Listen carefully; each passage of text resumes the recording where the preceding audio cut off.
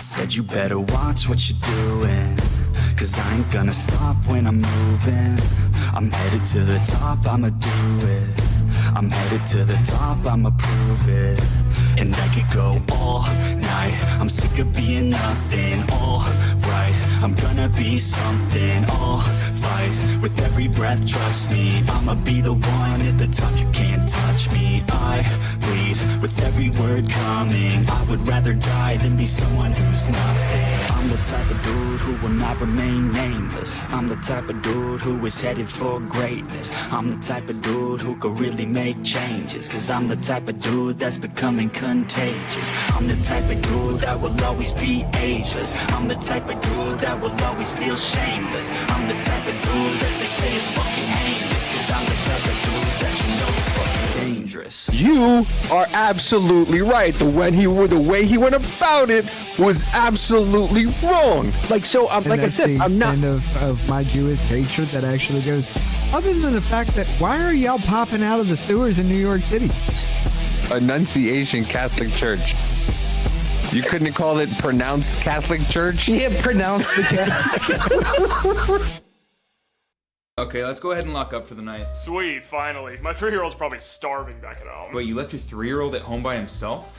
Come on, you really think I could pay for a babysitter with this job? Huh. Oh great, you guys are still working. Yeah, let me just get 2 quarter pounders with cheese, 4 Big Macs, 3 deluxe crispy chicken sandwiches, an Oreo McFlurry, apple slices, double everything I just said so far. Hey. 4 large baskets of fries. Ooh, that ranch chicken snack wrap looks pretty good. Yo, a 10-piece nugget, and hey, do you guys serve breakfast all day by any chance? Yo, type 2 diabetes. Our kitchen is closed. We're not taking any more orders tonight. Oh, that's fine. All you have to do is open it back up. Problem solved. Actually, I think the problem is still standing right in front of me. Sorry, I think what he meant to say was either walk out that door or never walk again. Did I get that right, man? Wait, you were gonna let him live? I just didn't want to have to deal with the cleanup. Whoa, whoa, whoa. Don't you guys close at midnight? I still have 3 minutes left. 3 minutes to live, maybe. Wait, what? You think this guy deserves the last meal? Yeah, I'd give him one, but unfortunately, our kitchen's closed. Okay, you know what? If you guys don't make my order, I'm going to obliterate this place's Yelp rating. I'm not afraid to do it. Oh no, whatever will people think about a company I have 0 loyalty towards and will be quitting with in the next 2 weeks anyways? Isn't this place 1 star on Yelp anyway? Oh yeah. Well, actually, you know what, man? I'm sorry I yelled at you. What was I thinking? Let's call it a truce. Forget it ever happened. Oh, well thanks. I appreciate you admitting you're wrong then.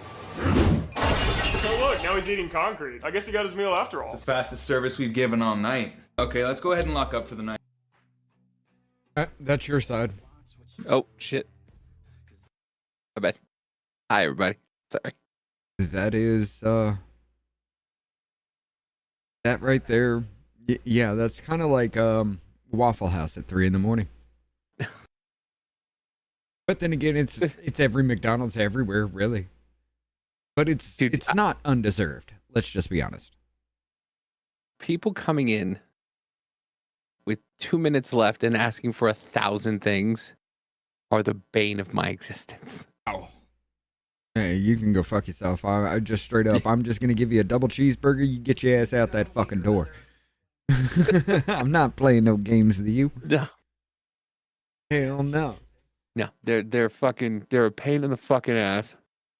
Sorry, I'm trying to put our stuff in to Discord. Yeah, I didn't do that. I got it. I'm 30. I just got home not too long ago trying to get everything going and started up here, so. But we got a good little bit to go over here, Davey. Yo. The EBT community's in trouble. Well, okay. Are they going to go over why the Supreme Court ruled against the sugary snacks thing? Honestly, I don't know. I haven't seen this one. So, okay. So here's my take on it real quick before we get to that. So the Supreme Court ruled that sugary snacks and whatever are allowed on EBT, right? And at first I was pissed off. I was like, that's fucking ridiculous and stupid. But then I heard the dissent, or why it wasn't, why it is allowed, and it makes sense. Because once again, you have a market of Cinnamon Toast Crunch, part of a nutritious breakfast. Right. You have Eggo waffles part of a nutritious breakfast. They stated that the reason why you're allowed to buy this stuff is because of the way we brand our food. And I went, you know what? You're fucking right. Yeah. You're right. They push this sugary shit on everybody, telling everybody it's good for them. And then they tell you, no, you can't do that. So here's an idea. Rebrand everything, redo everything then. Okay? It's not a part of a nutritious breakfast. Take that off the fucking, because they turned the fucking chart around.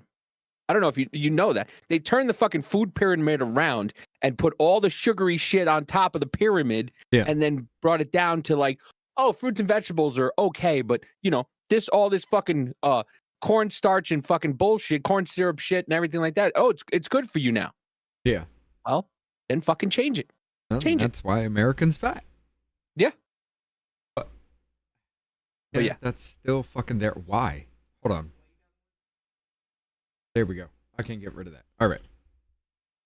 But it's going to be a minute. This is going to be, I will set it at 1.5 speed for most people because I'll show you why.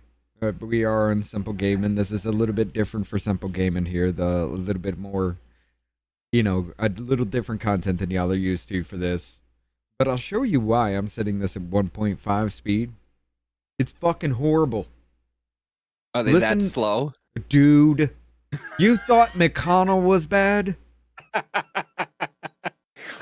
Are they just trying to prolong it so that way they got 5 minutes and they ask 3 questions?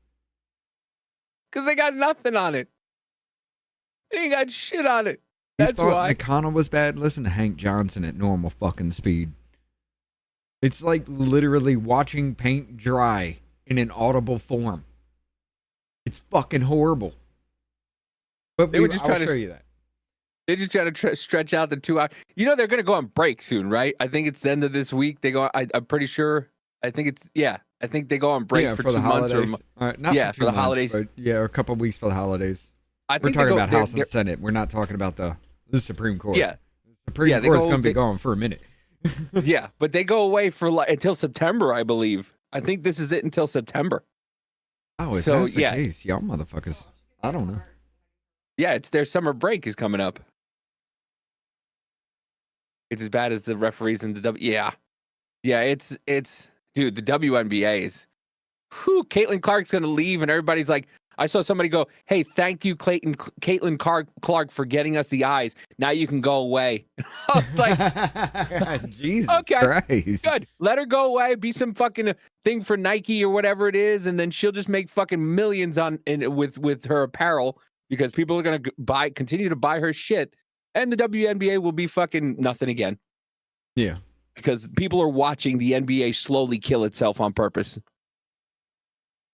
All right, let's go to these fucking. Some of the top. Hold on. I can't do that either.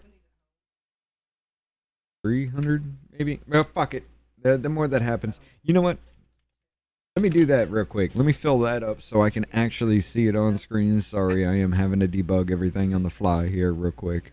die. OBS always fucks everything up for me all the time. Bro, yesterday was horrible. Horrible. I don't know. My computer. I restarted my computer, and I guess I did an update on my computer, and everything fucked up. Everything. Nobody could hear the first nobody could hear the what was coming off the stream for like the first fucking 20 minutes. Yeah. Everything just fucking boop just came off. And I was updates to it, losing power, your BIOS flashing or anything like that. You know, if you disconnect the power from the back of the computer, hold down the power button and then reconnect it. Yeah, doing that shit resets all that, resets every fucking thing. And it bothers me because it takes me hours to go back in there and rearrange everything again. Yeah. It's fucking annoying. Like, why? Why can't you just stay where it is? Well, everything's got to be default settings so Windows knows it's working correctly. Well, it's funny because I put on for when I have my OBS, I have Discord, parentheses, music, game, online game. It's all written out so that way I can microphone or mic. Yeah, it sucks, but it is what it is. All right, but let's get going here because this is gonna be a minute. We know we're gonna stop and have to kind of rage out at the retardation. My guess here is, hey Davey. Yeah. Since you're joining us, we're gonna play a little game here. We're gonna play Spot the Shill. Okay. In the witnesses here for this meeting, this hearing, you tell me who is there just to be the shill for the opposing party and all this. Okay.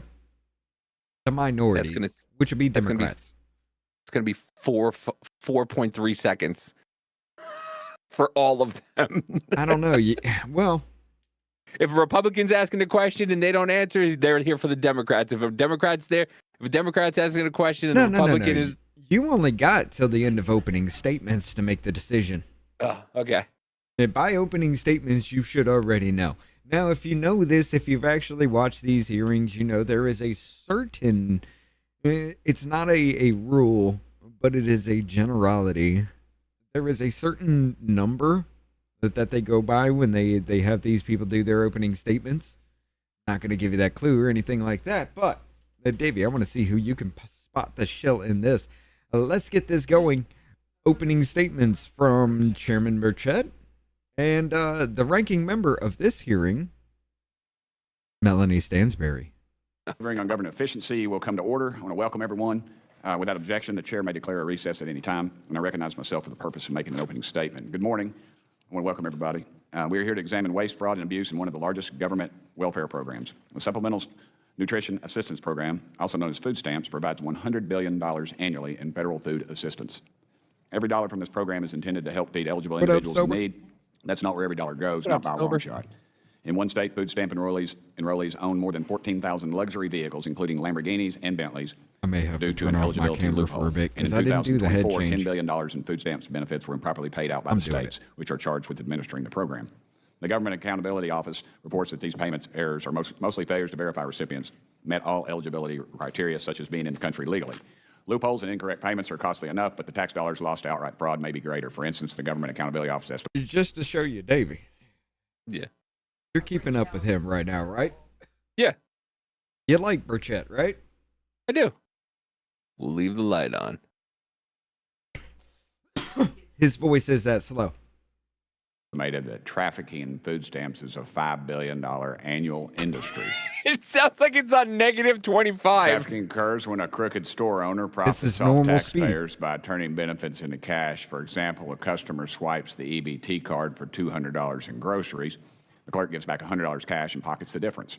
The customer then uses the cash to buy ineligible items such as alcohol or cigarettes. You know what? Fraud in federal. We're going to have to fuck things up here real quick, ladies and gentlemen, because I just realized I have a problem myself. And it is because we did the movies thing. I need to turn the graphics acceleration back on. This is going to fuck up everything. Hold on. Ineligible items such as alcohol or cigarettes. You know what? Fraud in federal. We're going to have to fuck things up here real quick, ladies and gentlemen, because I mute that tab. I told you. You see? Fucks up everything. All right. Now I need to share it back with you, Davey.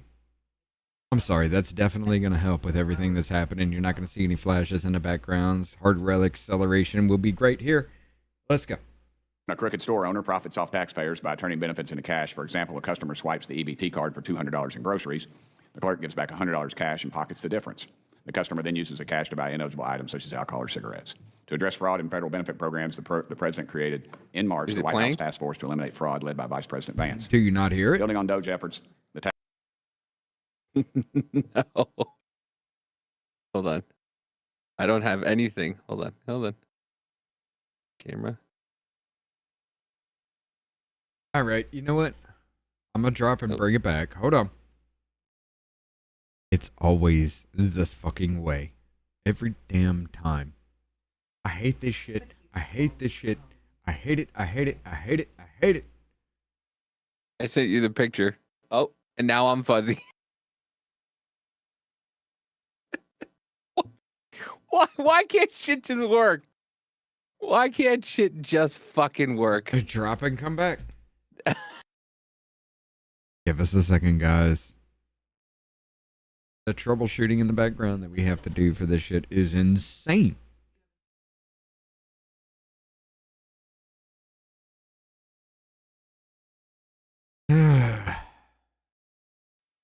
And now I'm fucking fuzzy. Okay, good. What up, Mr. Scott? What up, Hey, Sober? Hey, Sober's a Jesus, very handsome gentleman. Jesus Christ. Got Let me. The other day, I didn't hear a word. What? I said I got to talk to Sober the other day. Oh, yeah. What up, Muffin? Playing on YouTube. Yeah, okay. Cameras are good. We're good to roll. Oh. Mr. Scott, awesome. I'm not going to court. But I'm getting my camera out of here again. I got to do the head change that I never did.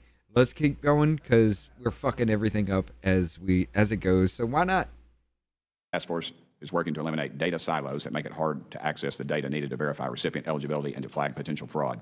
If food stamp recipients' data stays in state-specific databases, for instance, individuals may apply for and receive benefits from multiple states.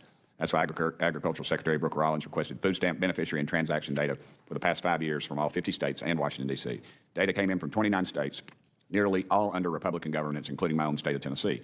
With the data received, the Agriculture Department reports identifying $3 billion in potential fraud and waste, including benefits being sent to 186,000 dead people, to 442,000 applicants with fraudulent Social Security numbers, and to hundreds of thousands of individuals who got duplicate benefits by submitting applications to multiple jurisdictions.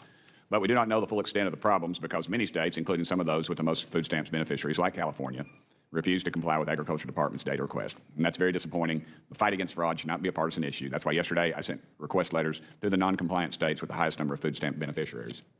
My letter demands to know why they refuse to release data about federal taxpayer-funded spending. It also demands their communication and correspondence about the administration's data request. Federal taxpayers deserve to know what Governor Newsom and his counterparts in other states are trying to hide and at what cost. Congress must provide safeguards and oversight on these programs. With that, I yield to my co-chair, Ms. Stansberry, for her opening remarks, otherwise known as... I will admit this bitch needs to change your tampon, brother. Jesus Christ. Even her voice will get under your skin. Oh, I know.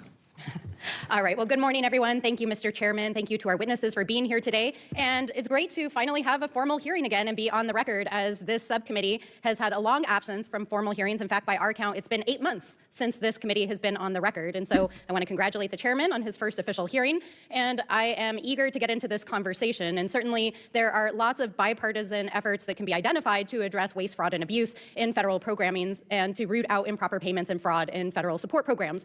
And we can prove it. House Democrats and Republicans worked together to pass over 8 oversight bills this month aimed at rooting out financial fraud and improper payments. But we remain skeptical and strongly opposed to efforts to use this as a front to try to further gut public assistance programs. In fact, we have seen over the last year and a half as this administration and this majority has used waste, fraud, and abuse as a front to try to gut basic programs that feed our children.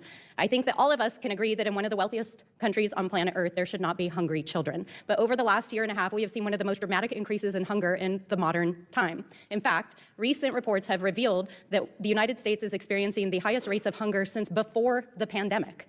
1 in 5 children right now are currently going without meals. 1 in 5 children in the United States. And because of the big ugly bill that was passed last year on July 4th and signed into law, a report this week in ProPublica revealed that over 770,000 American children are going without meals because of the big ugly bill that Donald Trump pushed through with the support of this majority on the backs of the American people, which we know has also affected 3.5 million Americans' access to food assistance. This is a moral failure. I got to do this for a second. Let's bring this back for half a second. Let her look at the camera here.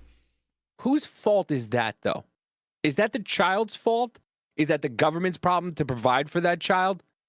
No, that's the parents' fault. But just like it's the same thing with DACA. The parents' fault for bringing their children here, allowing their kids to grow up without trying to fucking become actual citizens of the United States of America and then blaming everybody else for it. I mean, you're not wrong. But Davey. Yeah.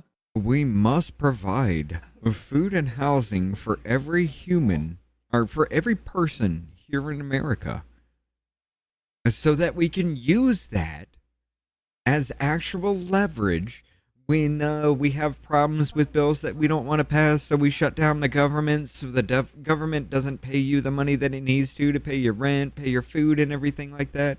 You're used as a weapon. You must suffer so they can get bills passed. This is what they're fighting for. Where was the care for the people in North Carolina after that hurricane? Where was the? Yeah, but that depended on who you voted for, though. But where was the care for that? Yeah, Nobody. If you voted for Trump, you were up shit creek without a paddle. Yeah. Tell me again how it's about kids. But I will say this, Davey. Look at Stansbury's face. Okay. I've been thinking for a while now what this woman reminds me of. Roadkill? Nope. I knew it wasn't an actual physical thing. It was a cartoon, and I couldn't fucking place it. I knew it was a fucked up cartoon, one of those late night ones. I just realized who she reminds me of.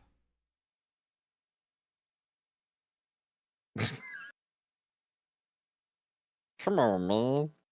Why you gotta be so rude? That's Master Shake from Aqua Teen Hunger Force. But look. Frylock! Tell me there is not a resemblance here. The cheekbones stick out. The nose still has the weird ass curve. Like, dude, her nose comes down to a point, and then there's curves up to accentuate a nostril. It's not a normal build for a nose, man. Why is this meat right here? This bitch has probably had a lot of plastic surgery done, because there ain't no way that can be natural, right? I mean, she is a redhead. So possibly. Not gonna lie. Okay, I do take that back. This actually could be fucking natural. I mean, that's a lot of sunburn, Rich. That's a lot of... Takes it out of you. What sunburn? She turns red as a fucking lobster and then goes ghost fucking white again. Look at her face. That's all sunburn. Huh? I'm not judging you. I'm judging her. You have the same affliction. She has the red hair is a recessive gene. She does have that recessive gene for red hair. And it does come out because she's ghostly fucking pale white. If she burns, all she does is turn red and then back to fucking white again. It's just like this bitch. It's my wife. My wife's the same thing. My wife was born strawberry blonde, which is, right step above red. So yeah, my wife, same thing. White and red. That's all my wife turns. She's had at least one septoplasty, says Rick. At least. I mean, that would go with the nasally sounding, right? Yes. The septoplasmy, that's the deviated septum thing. Yeah. But that would explain why it's so nasally, because she's nasally voiced because she dealt with that for a long time and learned how to talk. Okay, that makes sense. Fuck you, R-Tenn. Bill that Donald Trump pushed through with the support of this majority on the backs of the American people, which we know has also affected 3.5 million Americans' access to food assistance. This is a moral failure. This is not just a policy argument. This is a moral failure in one of the richest countries on planet Earth. What we've seen, not just through the big ugly bill, but through the sustained attacks on the SNAP, WIC, and other food assistance programs that have happened during this Congress and this administration, is that it has chipped away at the ability of families to access these programs. And now nobody While likes these her because she's an supposed adult work and she requirements don't and know other what to do paperwork with herself. requirements are intended supposedly to address waste, fraud, and abuse, they have instead created barriers that are significant enough to cause millions of families to lose access to basic food. This is a public health crisis. I will food say, is not though, just essential to life, but access to healthy food she was is a also drama kid. essential for children's She was a development. drama kid. this bitch does not sound confident in what she's reading right now. Normally, she's all up on that on a display kind of thing, big gestures, throwing it out there, just like, this is this, you're a dumb piece of shit. She seems to just be like, how do can I spin this? I don't fucking know if even I can do this shit. This is fucking off kilter for Stansbury. I'm not gonna lie, brother. For their health, for their ability to thrive. And so while President Trump is taking away food from hungry kids, we've also seen economic policies that have caused the cost of food to skyrocket. The price of food and vegetables has increased by 6% since May of last year. Energy costs have increased by 23% since last year.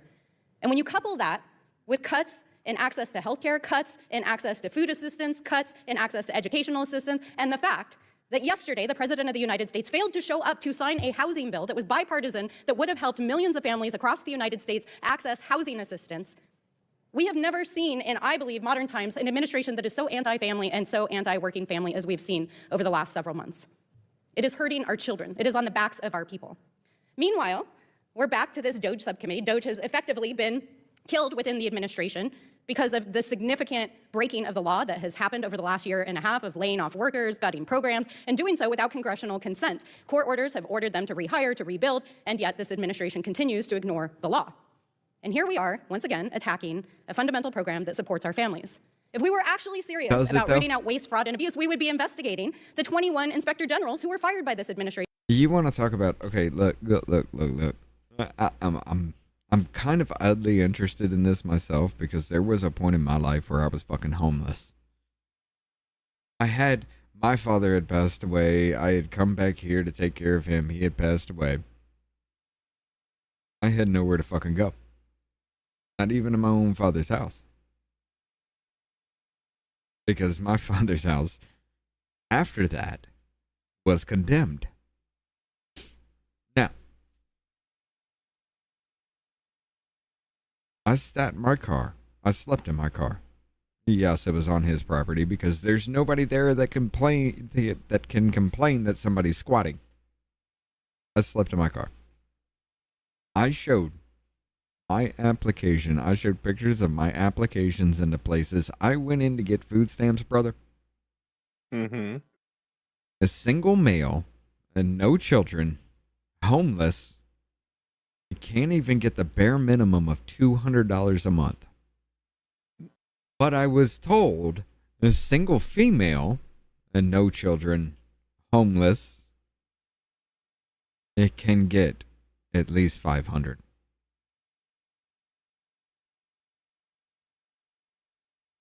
The same situation, different genitalia. Massive fucking difference in outcome, right? Well, I mean, women have it harder than men. A single woman, homeless, no children, has it harder than a single male, homeless, no children. Hey, look, if you did it again, you just identify as a woman and then you'd get it. I mean, now, yes. Yeah. But this is like, what, 15 fucking years ago? Something like it, 17 years ago at this point? But, yeah. I believe the housing bill that they were talking about included trans women being allowed into women's shelter. Right. I believe that was the bill also in that bill. But for a system that's so needed, so desperate, is so obligatory, why in the fuck is there such a disparity between them? Are you saying that a man is disposable and a woman is not? Well, wouldn't that be sexist, though? No, you can't be sexist towards men. Yes, the discrimination of gender. Oh. Well, I mean, have you seen these ads where women are talking about how they only hire women? Yes. And they don't hire men? Yes. And that have you seen anything? Any lawsuits out of that or anything like that? You see any of the lawsuits of businesses saying they only hire black people? There was an actual good amount of that shit not too long ago. I still have my camera off, yes, but I just remember that shit and, thinking back on it all, I'm just, I remember saying back then, you're creating racists by trying to fight perceived racism. and nobody fucking listened. And here we are now. Bro, you You're have getting white paid- people. You're getting people who are getting fucking paid hundreds of thousands up to millions of dollars just for saying the N-word in public. Where do you think this Really? leads? Yes. You know how many I mean- times there has been like a white woman or a white person that has said the N-word and people have come after them and they literally have donations, 200,000, 500,000, up to millions of fucking dollars for that shit. You remember Count Dankula? Maybe that should have been a shot across the bow.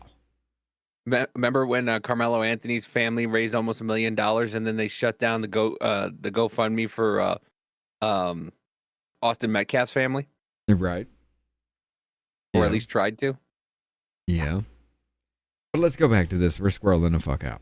We would be investigating the thousands We ain't even of got through investigators opening in these federal statements. programs who were laid off by DOJ, who are actually the people who look into waste, fraud, and abuse. If we were serious about rooting out waste, fraud, and abuse, we would be investigating the millions of dollars that this administration just wasted on remodeling the reflecting pool, and which is now disintegrating before our eyes. We would be investigating what is happening with the illegal demolition of the East Wing. We would be investigating the Secretary of Defense, who not only used federal taxpayer dollars to buy lobster and steak dinners, but just asked this body last Now, this is the Stansberry I'm talking about. She found her footing in this speech when she just went after Trump. Everything else was a fucking flop for her because she couldn't say it right. And this right here, look at the performative come out. night for billions of dollars more for an illegal war that both the House and the Senate have already voted on. A war powers resolution is an illegal war. And so while I appreciate that today is about investigating waste, fraud, and abuse, and I appreciate the oversight on states that have records of challenges, I would also note that the 5 states to whom this letter was sent have Democratic governors. It was not sent to any states with Republican governors. So I think we have to ask ourselves, what is this actually about? what are you talking Is this about? really about rooting out waste, fraud, and abuse? Or is this about taking food out of the mouths of our children? So I look forward to the conversation, and with that, I yield back. Thank you. I'd like to welcome our witnesses. First, we Yeah, it's about taking the food out of the mouths of children that don't deserve to be here. have John Walk. Mr. Walk is the Inspector General for the U.S. Department of Agriculture. Next, we have Don Royal, a former 2-term president and current director of the United Council on Welfare Fraud. Next, we have Rachel Gressler. Ms. Gressler is a senior research fellow at the Plymouth Institute for Free Enterprise Advancing American Freedom. And last, we have Gina. And let's all admit it, there is a lot of American citizens who are relying on SNAP benefits who damn sure don't deserve them because they can actually buy their food. They can do these things. They just choose not to because it's more rewarding to do that. No, everybody under a certain age now has mental issues. So now they're in that umbrella because of their mental issues. Well, it's not even only that kind of shit. No, what I'm talking about is these are the motherfuckers who have never gone anywhere past flipping fucking burgers at McDonald's because they didn't want to learn a skill. They didn't want to do anything. They just fuck off. Because of their mental issues. I can't get I a better mental paying issues. job. Look where the fuck I am. I understand Stop. that, but once again, there's a difference though. You're actually doing something about it. They just claim that they have mental issues and they can't do the I have a family member that had a great job with the state. A fucking great job. It sucked. It was a shitty job, but the benefits were great. The pay was great. They were in a union. They quit the job because their anxiety. They quit a perfectly great state job because of anxiety. I mean, And then didn't get another job after that. Stood home and decided that the state was going to give them money because of their anxiety. it was a perfect fucking setup. What, right? You recognize the mental disorder and now it's got to change everything. You claim that mental disorder and now the state, the government has to pay for you because they recognized you as a mental disorder. Mm-hmm. It's the perfect setup every damn time. Yeah. But let's get back. Look, all right. This is what I mean. Let me hit this up. Full screen for everybody right here. We got 4 witnesses. Honorable Walk, Miss Royal, Miss Chrysler, Miss Platanino. I do want to to point out that every single one of these women are not married. Well, I don't. Do they just put Miss? Because I think everybody Nope. is just a Miss. Nope. If you are married, they put MRS. Oh, okay. It's so honorable. So this dude's a judge. 3 other women. Here is your goal, Davey. Through these opening statements, you listen to what they're saying. Of course, we're going to pause. We'll probably bullshit around for a minute. Listen to what they're saying. And you tell me who's the fucking shill. Plata. I'm sorry, ma'am. I know I want to get it right. That's why I asked him Plata. Burchett. Nobody ever gets it right. Plata Nino. So thank you, ma'am. And you're the director of SNAP Policy and Advocacy at the Food Research and Action Center. And I want to thank you all for joining us, and I look forward to your testimony. Pursuant to Committee Rule 9G, the witnesses will please stand and raise their right hand. Do you solemnly swear to affirm that the testimony that you're about to give is the truth, the whole truth, and nothing but the truth, so help you God? Let the record show the witnesses answered in the affirmative, and thank you all. Y'all may take your seats. And we appreciate you being here today and look forward to your testimony. Let me remind the witnesses that we have read your written statement, and it will be appear in full in the hearing record. Please limit your oral statements to 5 minutes. As a reminder, please press the button on the microphone in front of you so that it is on and the members can hear you. When you begin to speak, the light in front of you will turn green. After 4 minutes, the light will turn yellow. When the red light comes on, your 5 minutes have expired, and we would ask you to please wrap it up. I now recognize Inspector General Walk for his opening statement. Sir, you're recognized.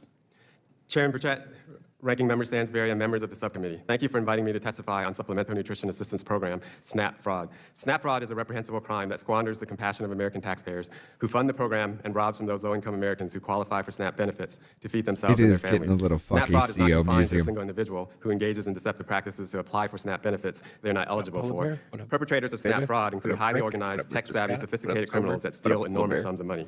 Proceeds of SNAP fraud have gone to individuals linked to terrorist groups, foreign adversary nations, and transnational criminal organizations. SNAP fraud is not a victimless crime, although its victims are often forgotten. They are the hardworking, tax-paying American farmers, meat packers, and truck drivers who deliver produce from farm to family. All of America's taxpayers give from the fruits of their labor to fund food assistance, showing America's goodness to less fortunate neighbors, and they are the victims of SNAP fraud. The other victims are the vulnerable and low-income Americans who SNAP is intended to benefit. People like the woman one of my special agents told me about, a working mom of 4, a SNAP recipient who discovered that her SNAP benefits were all stolen from her electronic benefits transfer or EBT card while attempting to pay for food at the grocery store. In tears, she asked how she would feed her family for the month until SNAP benefits would next be paid out. Just this week, I spoke to another victim in New York, a working father of 5, whose SNAP EBT card was skimmed and benefits were remotely drained. I've heard many stories from victims like these, working moms and dads, in my 6 months as Inspector General. USDA OIG is working hard every single day on behalf of these victims. They are why SNAP fraud matters. With limited time, I will highlight some of the prevalent forms of SNAP fraud OIG encounters, though there are many others. EBT card skimming is a serious concern. Criminals use skimming technology to capture information such as the EBT card number and PIN code. The data captured is then used to clone the victim's EBT card. Criminals will then cash out at the opportune time. The legitimate recipient is left without food assistance. On this easel here is a picture of a skimmer that can be overlaid to a point-of-sale device in as little as 7 seconds. The criminal now controls the EBT card and owns all the dollars that will be loaded to that card. SNAP trafficking remains an investigatory priority. Today, there are more than 250,000 food retail stores authorized to exchange food for SNAP benefits. They then obtain federal reimbursement for the food they sell. You can think of them as the providers in this program. Unscrupulous retailers will instead use their stores to launder SNAP benefits. An individual will exchange their EBT card for cash, and the retailer will extract the remaining value from the card or sell it. But it's not only cash. Pictured is a store in Southern California involved in an investigation by local and federal law enforcement that OIG supported. SNAP EBT cards were trafficked for cash, exchanged with local gang members at that location for crack cocaine. The gang members then used the proceeds from those SNAP cards to purchase guns, all with tax dollars. I'll just repeat that. SNAP dollars, federal tax dollars, used to buy drugs and guns. And as the district attorney of San Diego shared, just perpetuating the violence already in some of our communities. EBT terminal fraud is also a growing concern. This scheme allows fraudsters to impersonate an authorized retailer and direct SNAP payments to their own bank account. In a recent case, the loss was $66 million. Deterring fraud requires exacting real consequences on those who commit fraud. OIG will continue to investigate, make arrests, and support convictions. Although a strong law enforcement response is critical, we cannot pay and chase our way to stopping SNAP fraud. To be effective, we need to guard the front door by ensuring that proper internal controls at USDA and state administering agencies are in place to prevent fraud. Adopting modern technology to verify identity and other applicant information before making payments is crucial.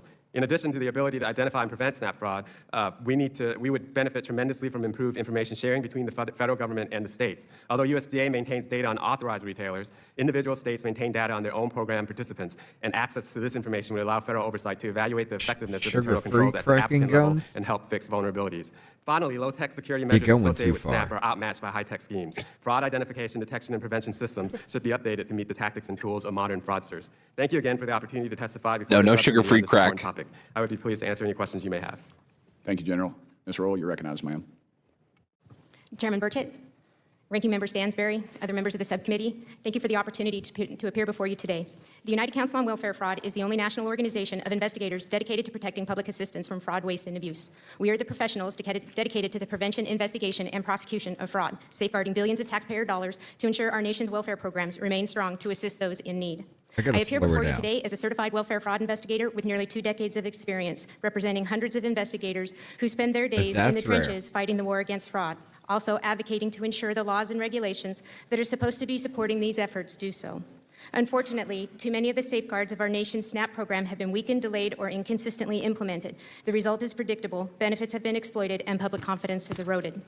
I first had the honor of appearing before this subcommittee nearly a year and a half ago to discuss the broader issues of fraud. We provided our unique perspective from those dealing with these issues and detailed our recommendations to this panel, many of which were later echoed in the committee's own recommendations. So thank you on behalf of UCOF and the beneficiaries we are protecting. My message today, with a focus on SNAP, 15 months after the subcommittee's first hearing, the passage of H.R. 1, and in light of the nationwide fraud discoveries, is more direct. The time for reflection has passed. Action is needed now. SNAP is a vital program, but it's broken.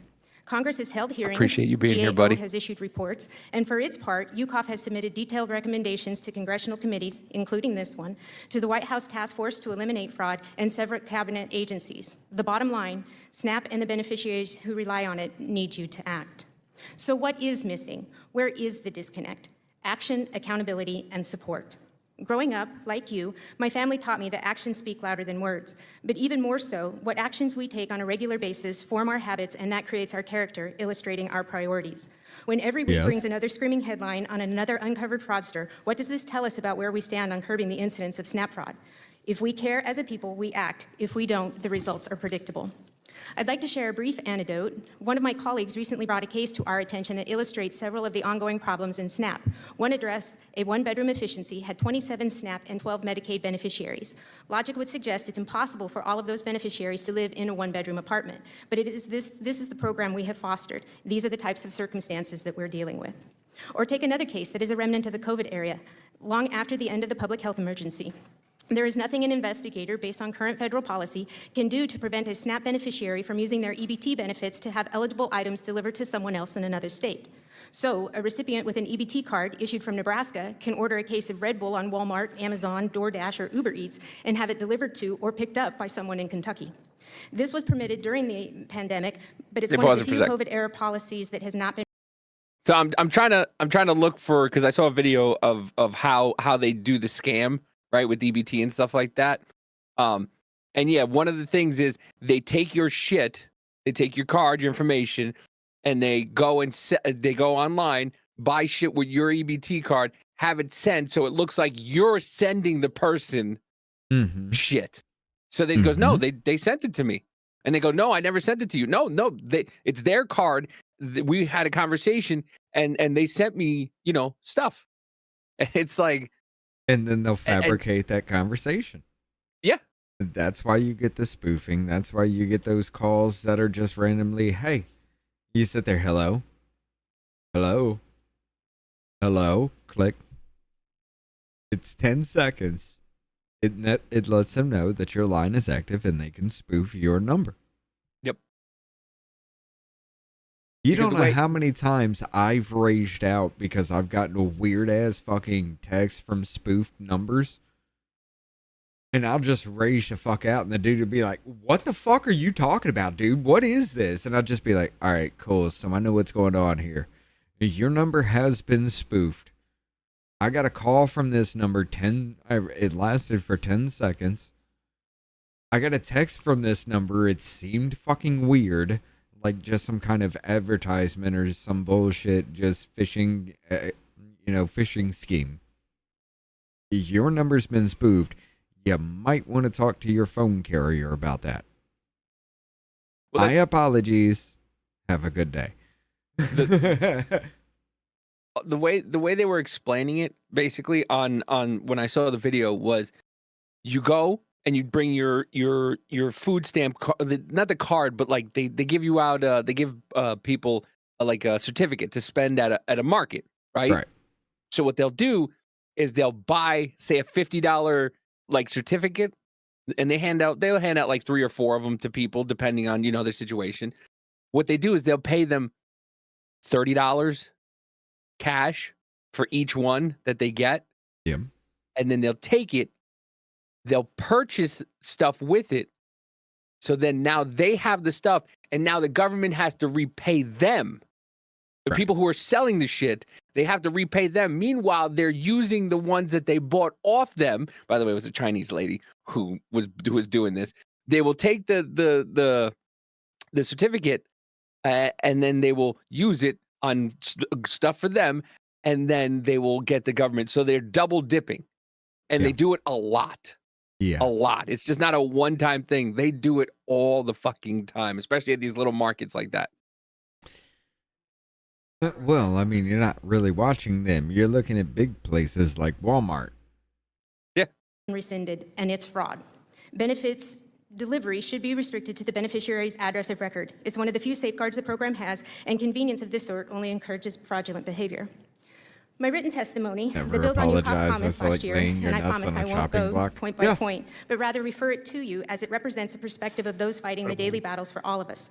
Further, it also serves as a blueprint for the work that still needs to be accomplished, not only to protect the millions of SNAP beneficiaries, but also the taxpayers underwriting the program.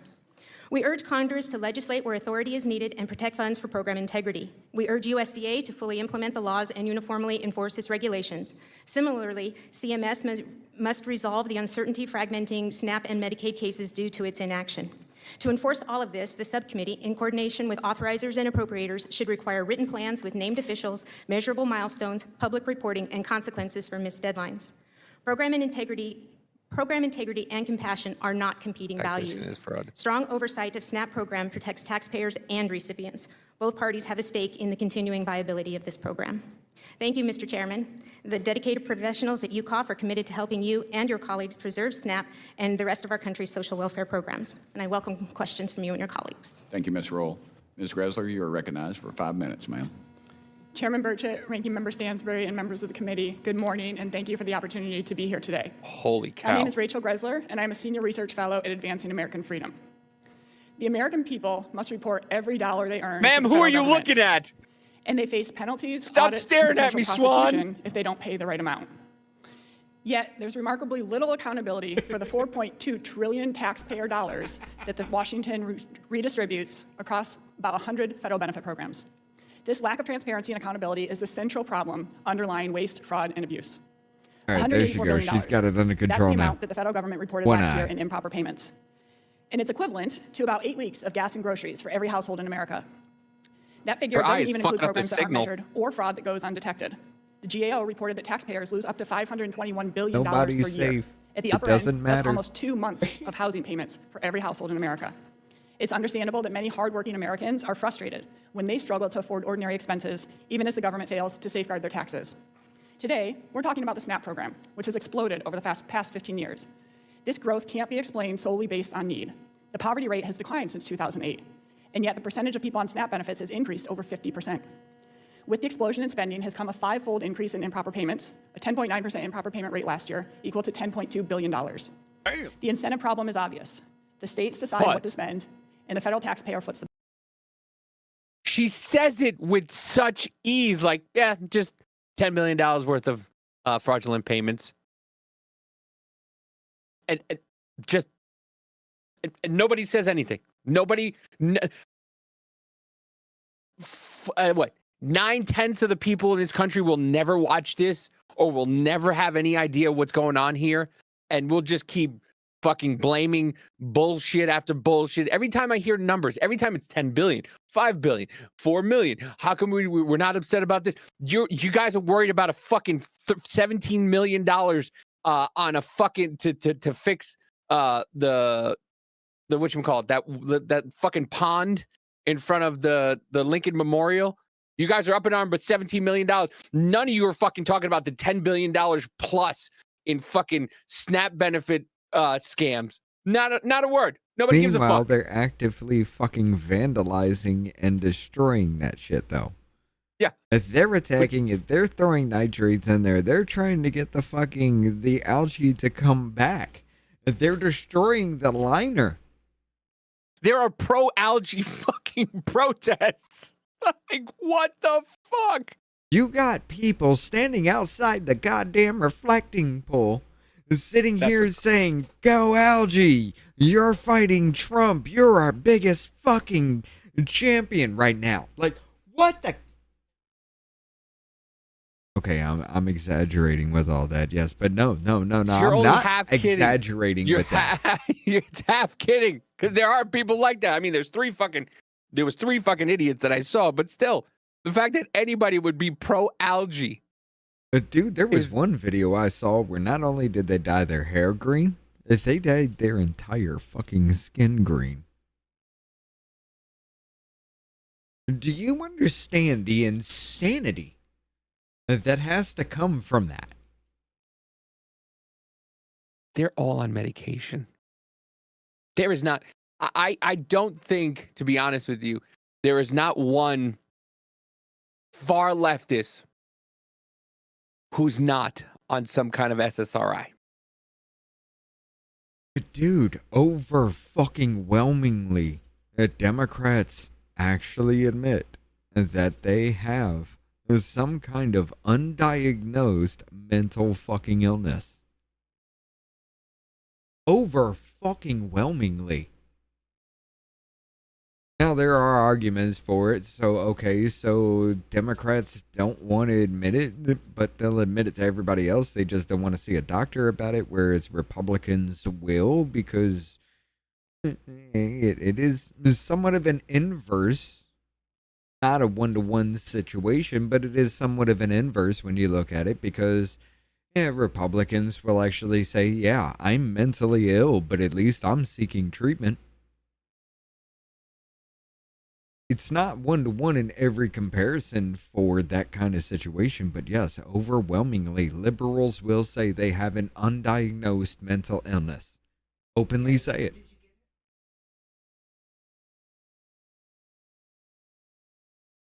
it. What has SSRIs done to our generation? Because, before, when you had a hyperactive child, you let him get it out. You would deal with it in a better way than just trying to medicate the child. From fucking birth, some of these children are on SSRIs.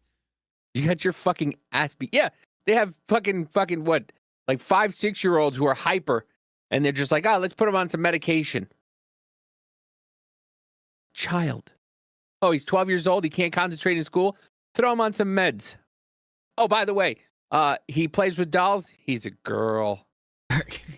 He's a girl. I think that's the problem. Put him in a skirt. Put him in a dress. That'll regulate him. That'll make him feel better. I have their strongest argument for somebody who should be trans. It is scary to know that I can walk in 6-inch high heels, and I have dressed up like a woman twice. So, Davey, therefore I can claim I'm trans, right? I guess so. Well, it doesn't matter if I even do any of that anyway, because, well, you can just say whatever. MK Ultra moved from LSD to pharmaceuticals. That's why SSRI is along the television property. Yeah. Right. I do want to do that movie tomorrow, though. But let's get back to this. Bill. It doesn't matter whether a state has a 3% improper payment rate like South Dakota or 25% like Alaska. The federal government pays it all. H.R. 1 included a huge win for SNAP accountability by requiring states to share in the cost if their improper payments exceed 6%. This is a crucial step towards protecting taxpayer dollars, and it should be extended to other federal programs. It's important to note that much of the outright fraud that occurs, such as that's been discussed by Inspector Walk and Ms. Royal, often isn't counted in the improper payments because it happens after the benefits are delivered. Legal abuse of programs, such as millionaires qualifying for benefits because of eligibility loopholes, also isn't included in improper payments. The Trump administration and this Congress have taken unprecedented steps towards reducing waste, fraud, and abuse. And many of those actions are in line with my 4 proposals to establish radical transparency and meaningful accountability for taxpayers' dollars. First, follow the money. The federal government should account for the money it spends as carefully as it accounts for the dollars it collects. We can't reduce fraud if we can't follow the money. Second, close eligibility loopholes. Congress should end legal abuse of federal welfare programs by eliminating broad-based categorical eligibility, which allows individuals to automatically qualify for benefits based on something as trivial as receiving a brochure.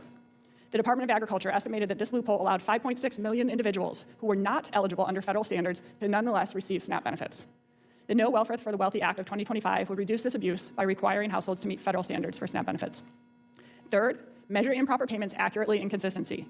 Many programs aren't measured at all, others are measured inconsistently, and some recent administrations have intentionally undercounted improper payments. Congress should require all distributors of federal benefits to comply with federal measurement standards and data requests. Failure to do so should trigger caution. I'm sorry, ma'am. Are you saying many of these people don't even have to report, or we know it's bullshit in the first fucking place, but we're just doing it anyway? Yes. Yeah, because they don't care. I mean, listen, everybody goes, well, you know, there's only 5 million or 6 million people taking advantage. Who? Only. You know what only should apply? Only 20. Only 10. You know what? 5 million people taking advantage of the system is not an only. I don't give a fuck if there's a billion people in the U.S. Only should apply to 20, to 15, not 5 million. Dude, it's something like 17 years later, I realized my goddamned mistake in getting food stamps. You had a wiener. I showed I was looking.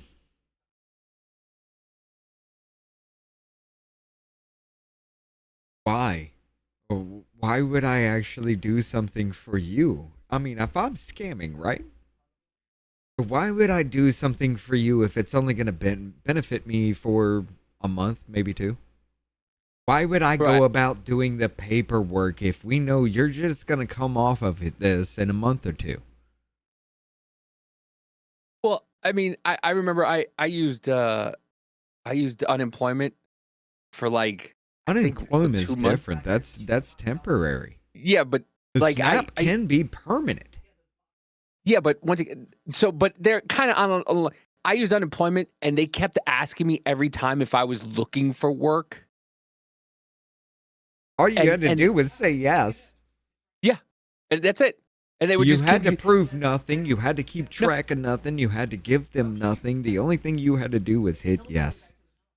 Or say yes on the phone. Yeah. And now you don't even have to fucking do that. You just, hey, what do you need? We'll give it to you. Yeah. Okay. Sharing or disqualification. That was my mistake. I showed that I was actually looking. Skin in the game accountability. Without consequences, laws aimed at protecting taxpayers' dollars will fail. Policymakers should expand H.R. 1 SNAP provisions by imposing fix-it or fund-it-yourself requirements across all federal programs. Congress's constitutional authority over the purse does not end when taxpayer dollars leave the Treasury. Every federal dollar that is spent should be subject to the same scrutiny, accountability that is required of taxpayers. Thank you. Thank you, ma'am. Ms. Plata Nino is recognized. Good morning, Chairman, Ranking Member, and members of the committee. Thank you for the opportunity to testify today. I am an attorney in good standing, and I have represented clients who need help accessing SNAP because I'm just going to say the spot the shell on this one is incredibly fucking easy. That's why I said, here it goes. The mole is almost in the correct spot, dude. the process was too burdensome. I have seen first. Have you ever seen an Indian woman with a mole right there? Yep. In the, Is it an actual mole or like, is that a... No, do they hold that in high regard? Is that like the biggest mark of beauty for people to have a mole right there? When you sanitize your house in cow shit and yourself in cow shit, things just start to grow on you. When you clean your forehead, what's the first place you touch? Right here. Yeah. I get. Okay. I mean, isn't it supposed to be a frog? Like if a frog pisses on you, you're gonna get them all. But that's some bullshit. But yeah. The daily struggles families face when food assistance is delayed, denied, or difficult to obtain. I have also had the opportunity to serve the federal government and saw the hard work state agencies do to help programs operate more efficiently and effectively. I want to begin with a simple point. Program integrity and food access are not competing goals. Congress can protect taxpayers' dollars and protect families from hunger at the same time. But to do that, we must be precise about the problem we are trying to solve. SNAP is not an abstract line item. It is grocery money that allows a grandmother to buy food after paying for prescriptions. It is a support that helps a parent stretch a low paycheck through the end of the month. It is a difference between a child arriving at school ready to learn and a child trying to focus on an empty stomach. Whoa, hold on. Schools provide children with food if they don't have it. It's an old lady buying food after paying for medical supplies. Yeah, because the medical supplies are fucking $900. So you're telling me that old lady is relying on food stamps because our medical field is fucked? So if it fix our medical field, she comes off, correct? And here's an idea. You're an old lady. You or your husband, because back then a lot of mothers stayed home. You or your husband worked your entire life. You are now 70, 80 years old. You are now getting money from the government to supplement, the money you used to make, but now you're retired, and all that money in Social Security that you put in all those years are supposed to come back to you. And then all that shit becomes more expensive. You can't pay for shit. So yeah, I wouldn't mind helping out grandma, but I mind helping out a 20-fucking-something-year-old who just wants to sit home and claim anxiety so they can't get a job. Yeah. Or perfectly okay to work a 20-hour a week, a 20-hour a month job just to supplement it. Or you're completely okay with living their life being a burger flipper at fucking McDonald's because they get to live in Section 8 for free.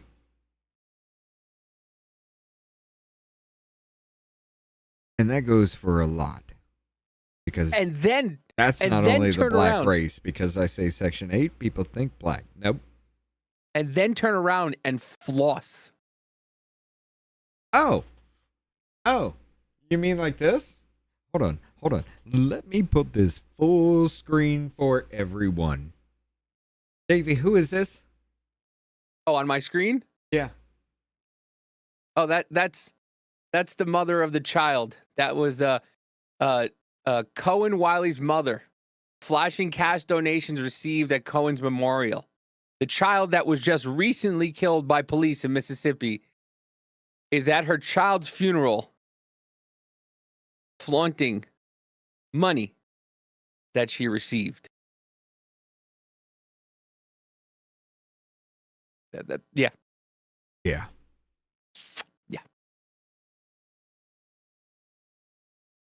It hits a little differently, doesn't it? I mean, didn't we just see Carmelo Anthony's father or family throw him under the fucking bus for that money? Bro, my favorite was the tap dancing everybody was doing back and forth, especially Charleston White, about Carmelo Anthony's parents, how they, fuck the white man, fuck the white man. Oh, the white man was right. Never mind. Fuck the Carmelo Anthony family. Oh, when you realize there was if he would have just taken the fucking plea deal and done 7 years, it would have been fine. But no, his family decided to grift him and play and fucking punk him out so they can, receive more donations, because if he took a public defender, then they knew, and took the plea deal, they knew that their cash grab was over. So they sold their child down the fucking river for 35 years, so that way they can continue with this cash grab? You mean that Dude, that it family? even gets worse than that. They took the public defender to actual fucking trial. That's the worst part about it. They got all this fucking money, bought houses, bought cars, and oh, it's because white people are screaming at us. They want to kill us. We got to protect ourselves. They even hired fucking bodyguards. Oh, yeah. And this kid got a public defender because he had no money to pay for the lawsuit that all those GoFundMes and shit that raised them over $1 million fucking dollars. None of that went to the fucking case. And everybody's like, hey, it's cool, right? I'm on vacation, Jonah. I want to say so much about this shit, but I already snapped on it. And I just need to keep my mouth shut right now. Because Richard's a Nazi. In 2024, over 47 million people in the United States live fluid and secure households, including over 14 million children. But tell me I'm Those wrong. numbers represent American families making impossible choices every day. SNAP responds to them. That's why they called you a serve Nazi. over 41 million people in not. fiscal year 24, and most SNAP households include a child, an older adult, a person with a disability. Many participants work in jobs that pay too little or offer too few stable hours. Others It turn is to SNAP during a vacation. layoff, a health crisis, a caregiving emergency, or a temporary loss of income. Yeah, SNAP he's helps people gonna weather be with hardship us. and it helps them move forward. We doing That is why some shit accuracy tomorrow, matters. too. Every dollar should reach the people who qualify for help. But we I don't know if you're gonna be here. You gotta take care of that kid. Fraud involves intentional wrongdoing. Payment errors often involve complicated rules, changing work hours, missing paperwork, outdated systems, or agency mistakes. Treating every hour as fraud misdiagnoses the problem. It also drives policies that can punish eligible families instead of fixing the administrative systems that need support. SNAP already has one of the most rigorous integrity systems in the federal government. Applicants complete detailed applications, participate in interviews, submit documentation, and have their information checked against federal and state databases. Davey. You know what this rigorous process is? I'm about to look it up, but tell me. The 2 forms of ID, 2 proof of address, and income. Proof of income, if any at all. That's a rigorous fucking process, brother. To apply for supplemental, here, I'll put it up real quick on the thing so we can have it. Let's go. To apply video for on. supplemental nutritional assistance, SNAP benefits online, you must use your specific state's designated portal, as applicants are not centralized. Common online platforms include DTA Connect and blah, blah, blah, blah. Key application, create an account. Most states require. Submit required information. You need to provide permission for household details, income documentation, identification. Complete an interview. After applying, you're typically complete an interview, eligibility interview via phone, video, or in person. Receive EBT card. Upon approval, benefits are loaded onto Davey. Yeah. Go back up. Go back up. Video via phone or video. You don't even have to be in the fucking office with the person. You can call me on the goddamned phone.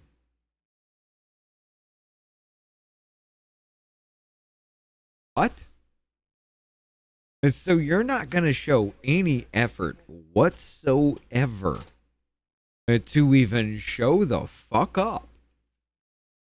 If anything were to be a thing, like, okay, I give you this, hey, there's a problem, you need to come in. Am I going to be able to get in touch with you? Huh. Bro, it's so funny to watch some of these like court cases online because you see people don't give a fuck.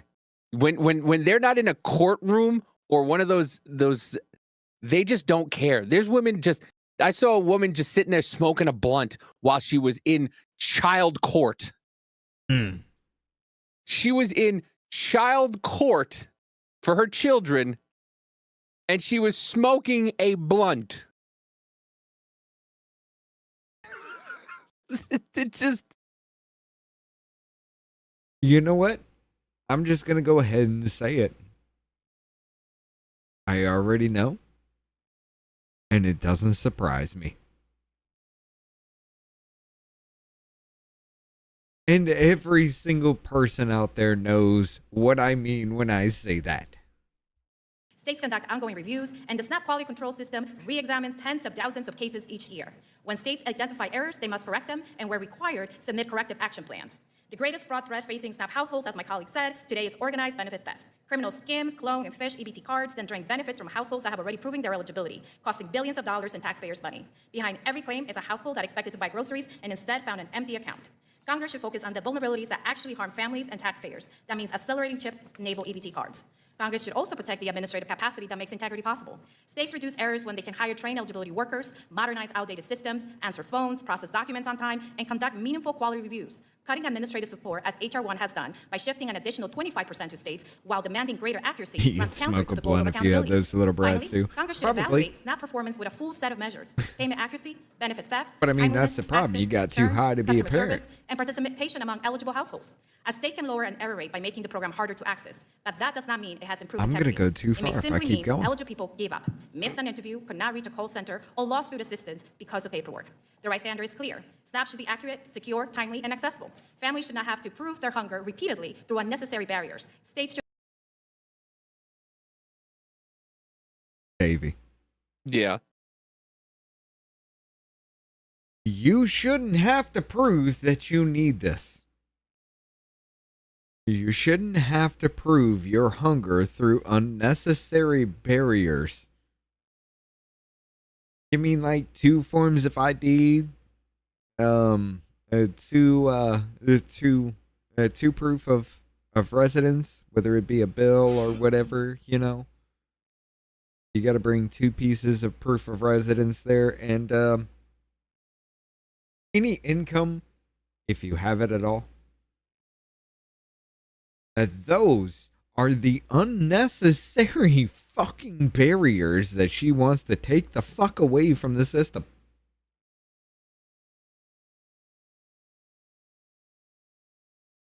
You shouldn't have to prove your hunger to the American government. They should just provide for you.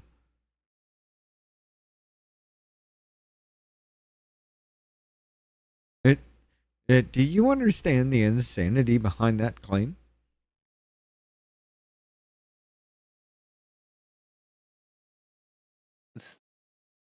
Once again, it's the same thing with saying you can't get a job because your anxiety is too much.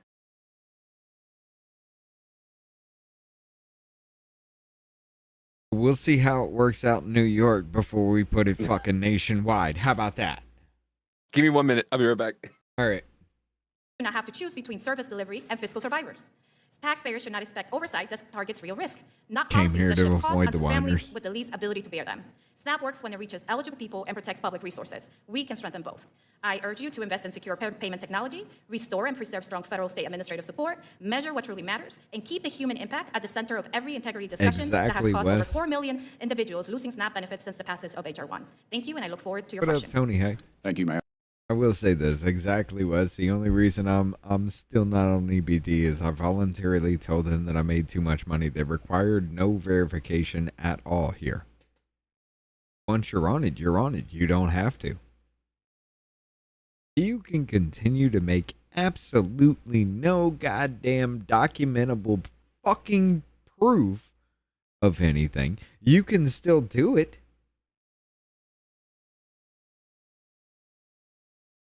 I know a dude who was on SNAP benefits and actually worked 2 good fucking paying jobs. One was 12, one was 15. 30 hours a week. Busted his goddamned ass and still got SNAP benefits because he had a child. That changes the game for everybody. But the thing is, when he set it up, he didn't have shit. If that child popped out, he just found out he had a child. He's spending money to actually be a father to this fucking child. And so he applies for SNAP. Okay, cool. You actually want to be a parent? Cool. Dude, I'm going to help you out. I want you there.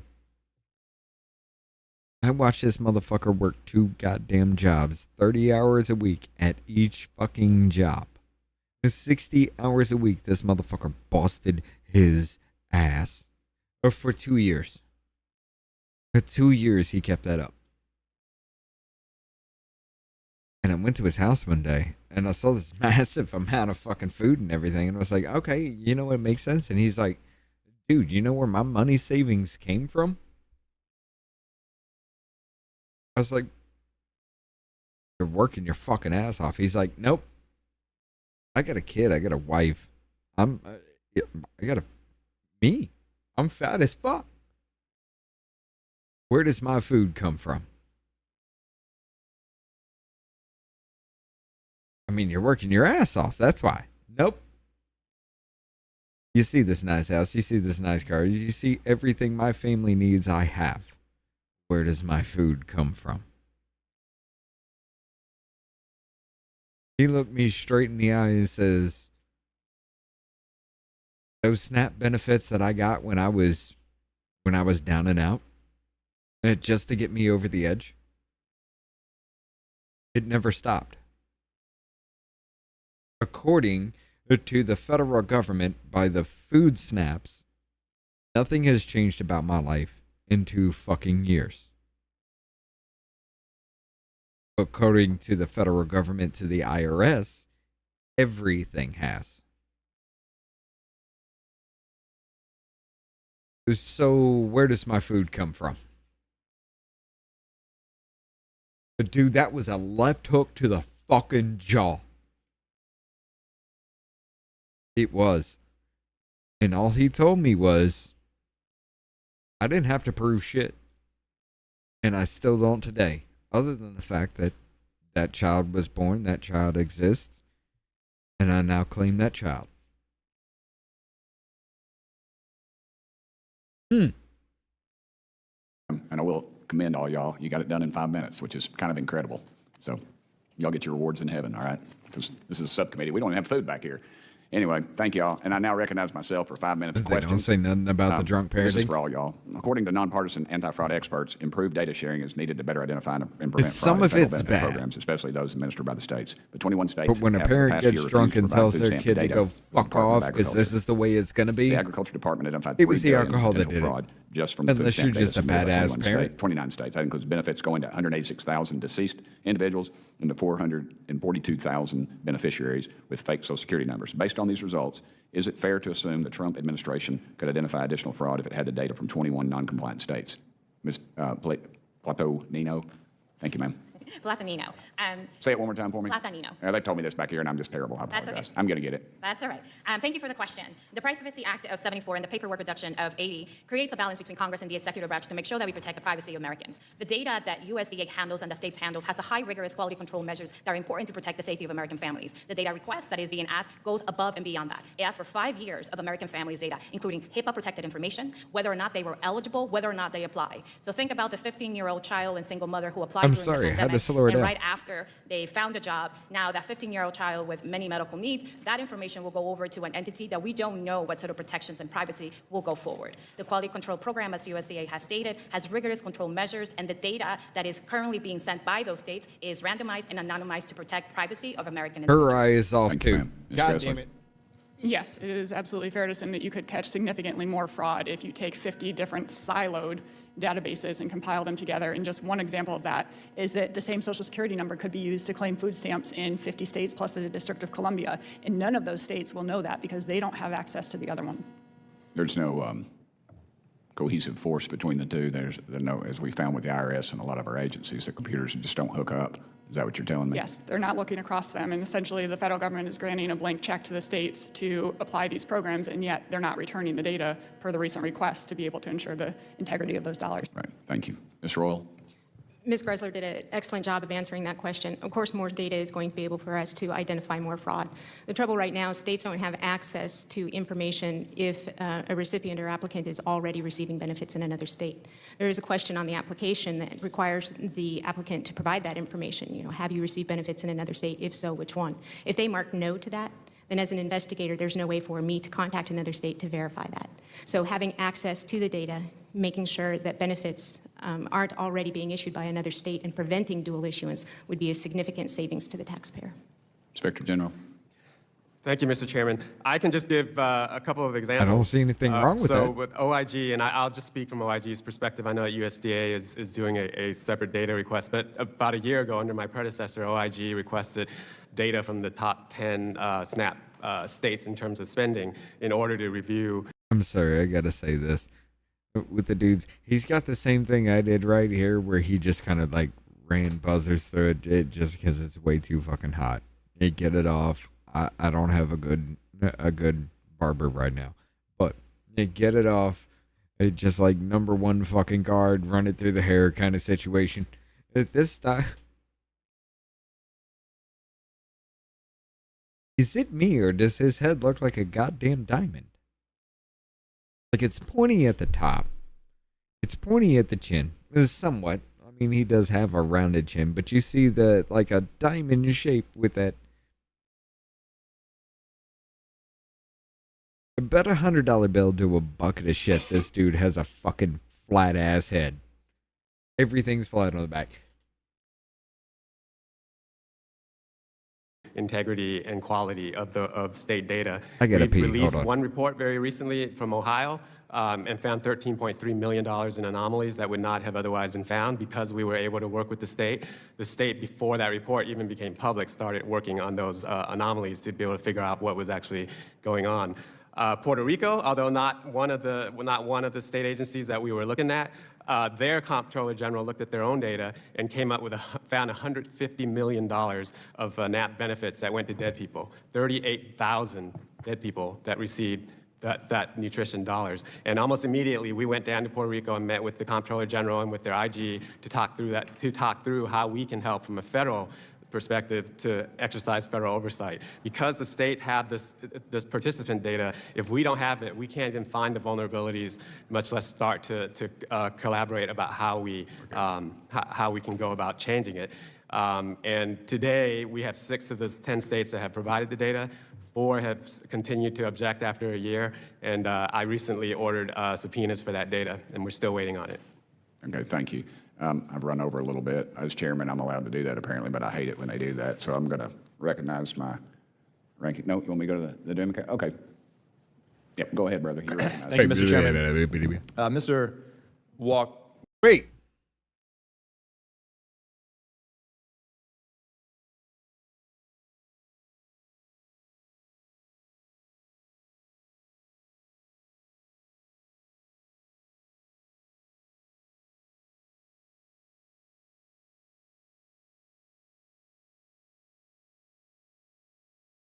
I want y'all to take a look at this shot right here.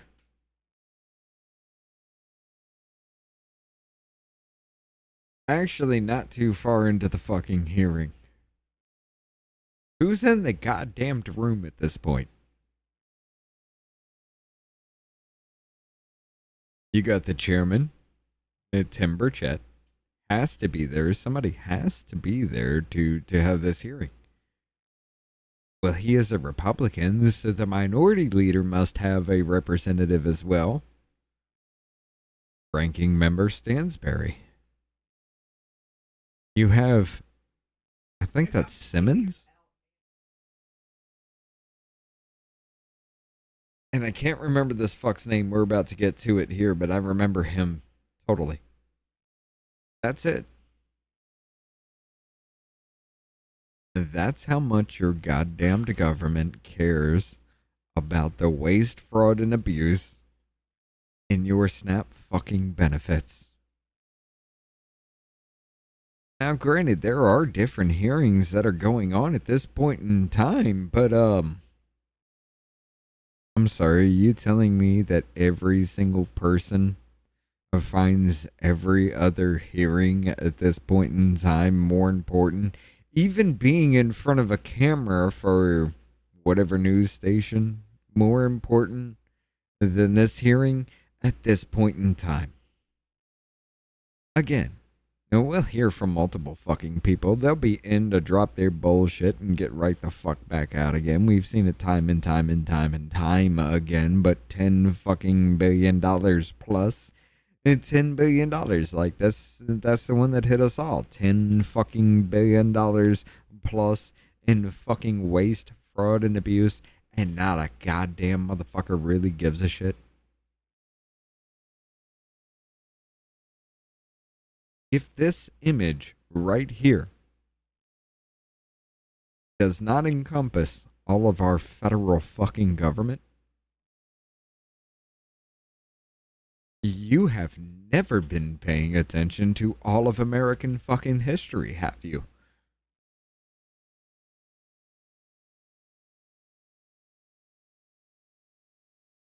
Were you involved in the development of Project 2025? Do you have any involvement in it? I was. Yes, or it's a yes or no? Yes, Walk I was and a shot. volunteer. Limited There we go. involvement, maybe? Yeah, I remember that. Okay, walk and shot. I was yeah. a volunteer. Okay. Sir. Before you were nominated as IG, you were a political appointee, USDA. I was actually the judicial officer at USDA since December 2020. 2020. Were you a political appointee at any point in your career in the Trump administration? Sure, I was a political appointee after nearly 10 years as a career employee at Before your nomination as IG, did you have any experience specifically in auditing? Did you ever serve as an auditor? When I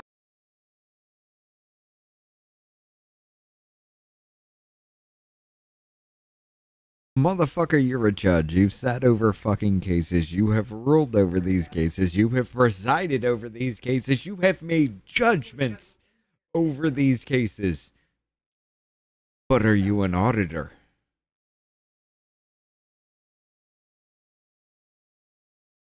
Then why are you here? We're here to audit numbers. We're here to audit the money, the changing of hands. Well, why are you as a judge who are sitting here saying this has actually happened, this is actually going down, I have prosecuted this. Why are you here to say this is an actual thing because I have proven it? Why are you here? Because you're not an auditor. The retardation behind this shit. I was at the Homeland Security Department. One of my first assignments as an attorney was to provide advice. You provided legal advice about our Inspector General audits. You never conducted any audits? No. Did you ever work in an IG's office as a deputy staff member, ever work in any IG office at any level before your nomination? No, I did not work at an IG's office. Okay. During your tenure as IG at USDA, have you recused yourself from any matters involving decisions you made during your tenure previously as an advisor, the agency? I'm not. You haven't found the need to, or you've made a decision that you're not going to recuse? You don't think you need to recuse if you were involved in anything, or just? Sure. I've spoken with counsel and as well as the career ethics official at USDA, and there have been no issues raised that has required my recusal based on their. Would you stand up and have some goddamn balls and ask him exactly the way I put it? I have sat over these fucking cases. I have presided over them. I have ruled on them. This is an actual fucking problem. And you're going to sit here and say, are you a goddamned auditor? Why are you even talking to me at this point? Counsel. Interesting. Okay. Your predecessor, IG Fong, had 22 years of experience. Before she became IG, she see, there you go. It looks like 3 Dems and 2 Republicans. Nope. It was 2-2. The other one was counsel. Had IG experience before that. Bipartisan credibility, Mr. Chairman. You can go back and watch the videos in this committee. I stood in this room and watched Democrats and Republicans praise her work. She was fired by President Trump because he doesn't want independent IGs with experience. He wants you. No IG experience, no audit experience, a political actor and a political appointee. SNAP fraud is a real issue. And that's why we need qualified, independent, nonpartisan, non-political IGs. The Trump administration has systematically fired them. But let's talk about some waste, fraud, and abuse. I went down to the reflecting pool yesterday. Oh, you ain't gonna make them live in the same linen. Come on. Project. This guy here, and I don't like to judge a book by its cover. Appearances can be deceiving. But sometimes. Davey. Yes. You want to read that sign?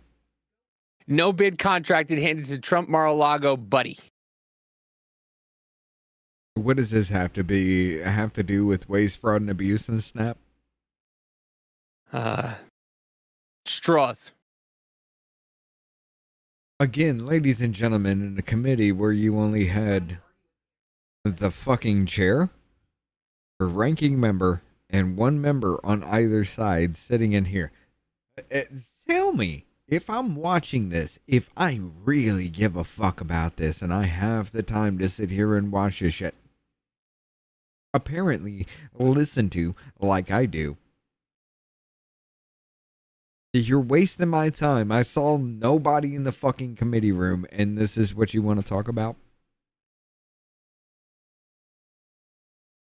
You want to talk about the reflecting pool and how you think there's $17 million being fraudulently funneled to Donald Trump and his buddy for that.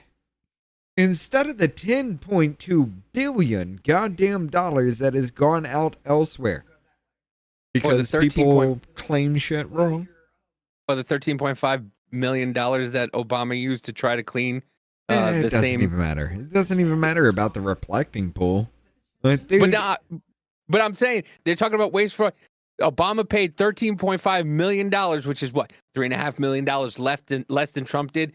And you're telling me there was no waste fraud and there was no waste or fraud in that when it didn't do everything anything? was fucked from the very goddamn beginning. It never goddamn worked. And they said, hey, pay me anyway. And he's like, here you go. Yeah, nobody cares about spending other people's money. You're right, Rick. I've said it forever. Congress and fucking Senate, or whoever has the power of the purse, I think it's Congress. They're like fucking 18-year-olds with a black card from their daddy that has no spending limit. And then, you know, when they go, hey, what about that? Well, what about it? I didn't do anything. Yeah. It's you gave me the credit card so I can use it, right? No. Oh, sorry. Then do it again. I also want to point out something here. Look at this woman behind this. Now this is bad. I'm not gonna lie, because she's not really paying attention. She don't know what the fuck she's doing. This sign is up and she's looking off over to her left, smiling like a motherfucker, like, yeah, what about this shit? What about it? Like, do you really think you've done something here? Because all you have shown is the Democrats don't give a fuck about the $10.2 billion that have been wasted in food stamps. And that I know about. There's a goddamn lot more, but that's the one I honed in on. Just like every normal motherfucker listening out there would if you heard something like that, right? But why are we talking about the reflecting pool?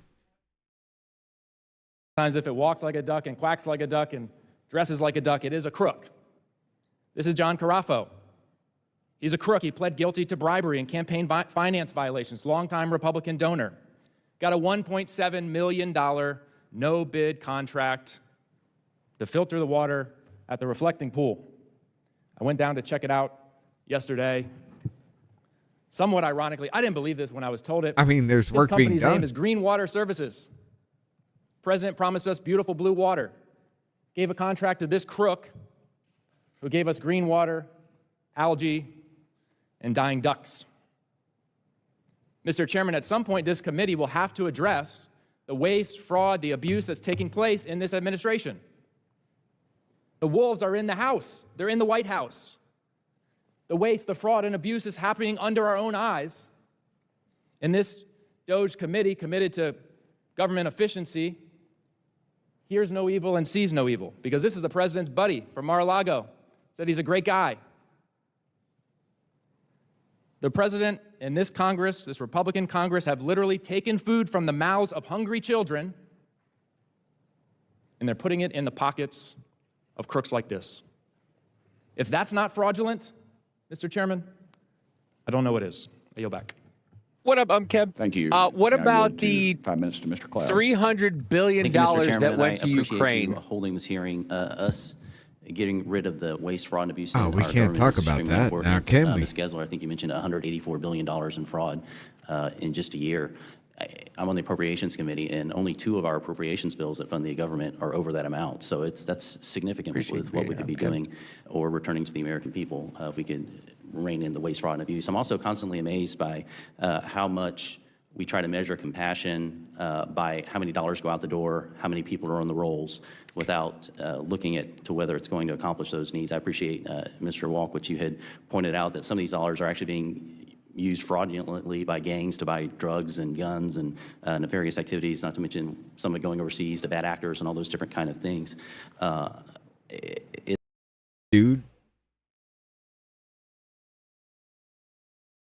I swear to God, I have seen the wildest shit outside my motherfucking door. The wildest shit I have seen outside my motherfucking door. And I say it's wild because you have to understand the respect between both people involved. I saw an ounce of weed be traded for an EBT card. And that EBT card was debited and returned within 45 minutes with the correct amount taken before that sale. Do you understand? You gave a motherfucker that had massive amounts of food benefits. They got a little bit of weed, whatever they fucking bought from you, it don't matter, right? Mm-hmm. You bought food with that, right? And gave them the other half.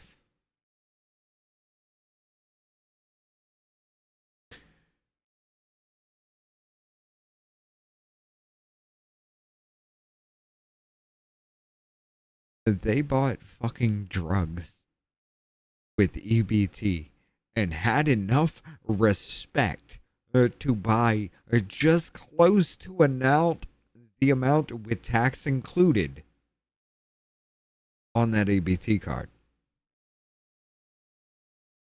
I've seen the transactions behind. Do you understand the amount of trust you have to have between dealer and buyer to just be like, okay, here's the drugs, here's the card, go have some fun. Here's the money, cool.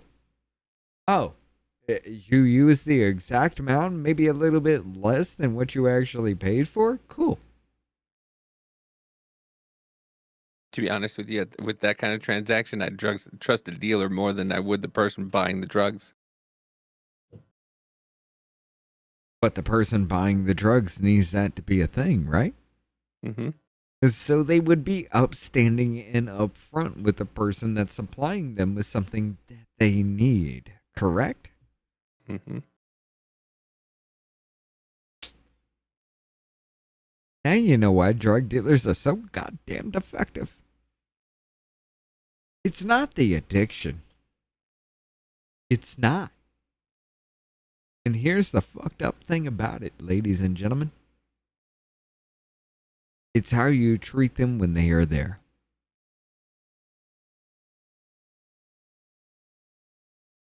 If I make you feel like you are there, you are the most important thing in that moment because you're coming to buy from me, right? If I'm expecting you to be there in that moment, the presentation is all about it. Showmanship. That's sales, right? So I make you feel like you are the most important fucking person in the room. Of course you're going to buy. And you're going to spend heavily. If that is a thing, if that is what I offer you, okay.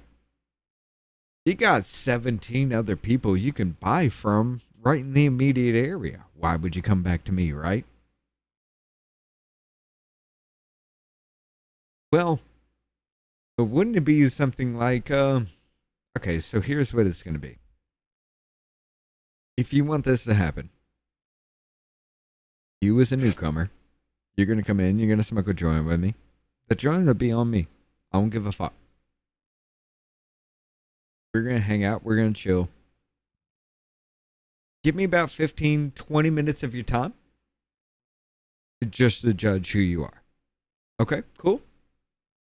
You get stoned for it. I don't give a fuck. Okay, you agree to that, right? I go in there and I'm playing it up and I'm having the time, you know, just playing music, jamming it up, just smoking with you, enjoying the fucking, saying whatever I need to do to get your attention, right?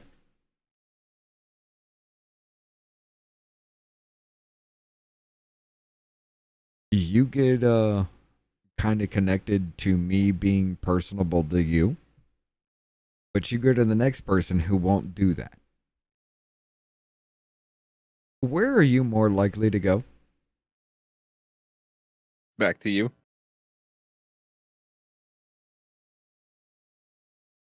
Why do I bring this up in this kind of situation? It's the same shit. Dude, you can pay me with EBT. I give you the drugs, you give me the card. I'm only going to charge as close to the amount that I can on that card. Do you understand the amount of trust a dealer and junkie must have with each other? Mm-hmm. And do you understand, at that point in time, keeping that in mind, how the fuck we got to $10.2 billion fucking dollars in just one aspect of this?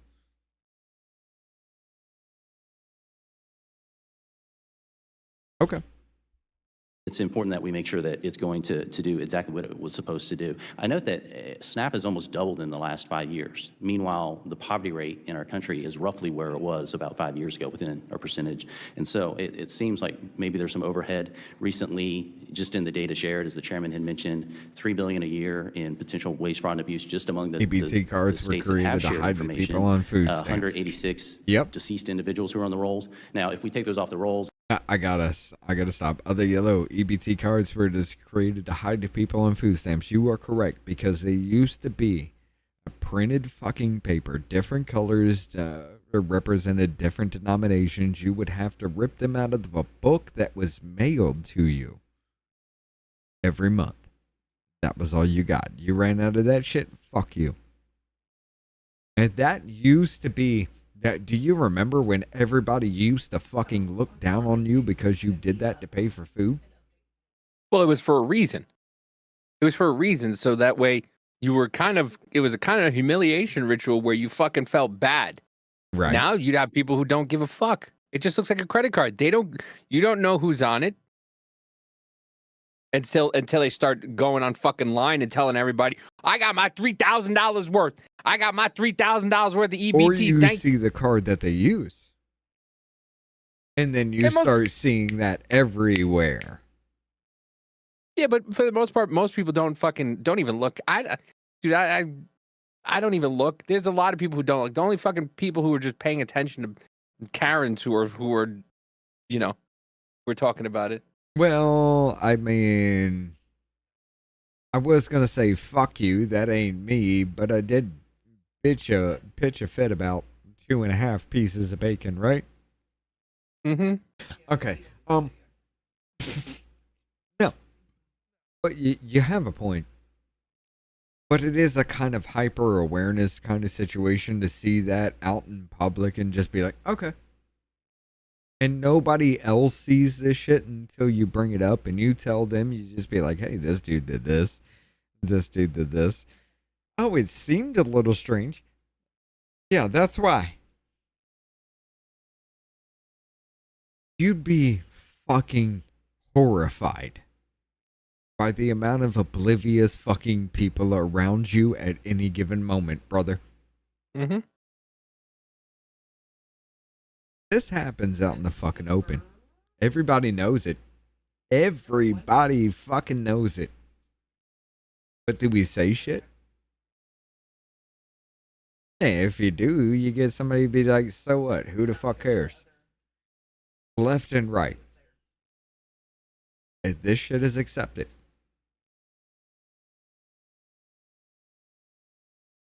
I get the underlying purpose behind it because, yeah, nobody should actually fucking starve. With that bleeding fucking heart, nobody should actually fucking starve. But then again, we got the Lux Knight too that works his fucking ass off to give us fucking food. So because the government's involved, should he be given a bare fucking minimum? And have him work his ass off like he does?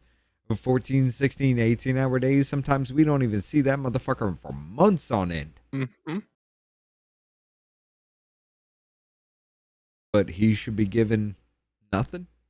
Just and then to watch his product walk off the shelf with somebody who's getting government assistance. Right. And that's all paid for by that.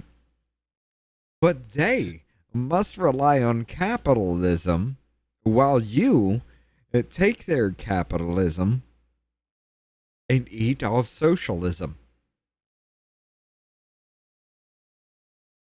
There's no disconnect in anybody's brain as to how this is not going to work at all.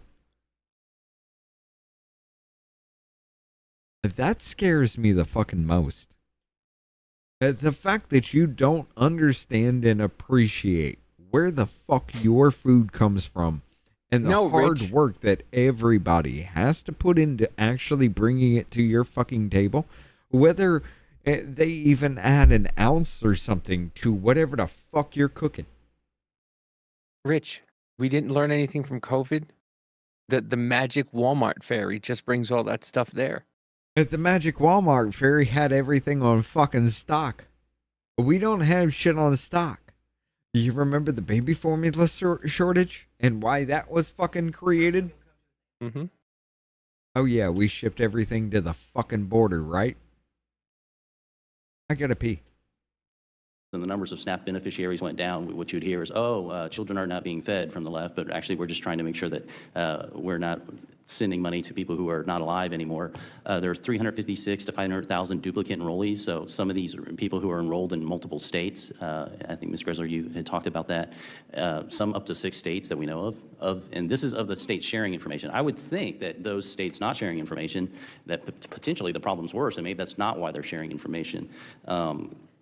Who knows? Ms. Roy, you talked about the checkbox that, all you have to do is say, are you not receiving?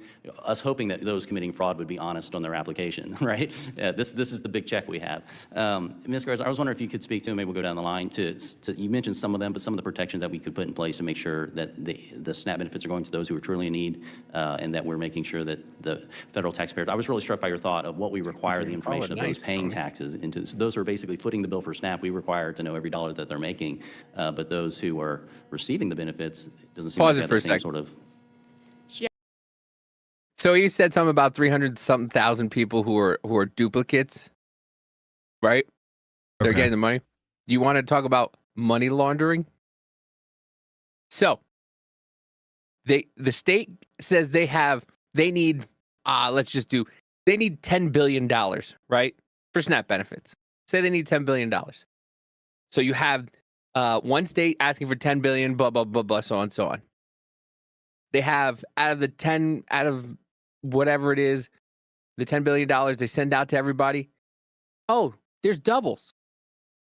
Right. Where does that money go? To the same person though, correct?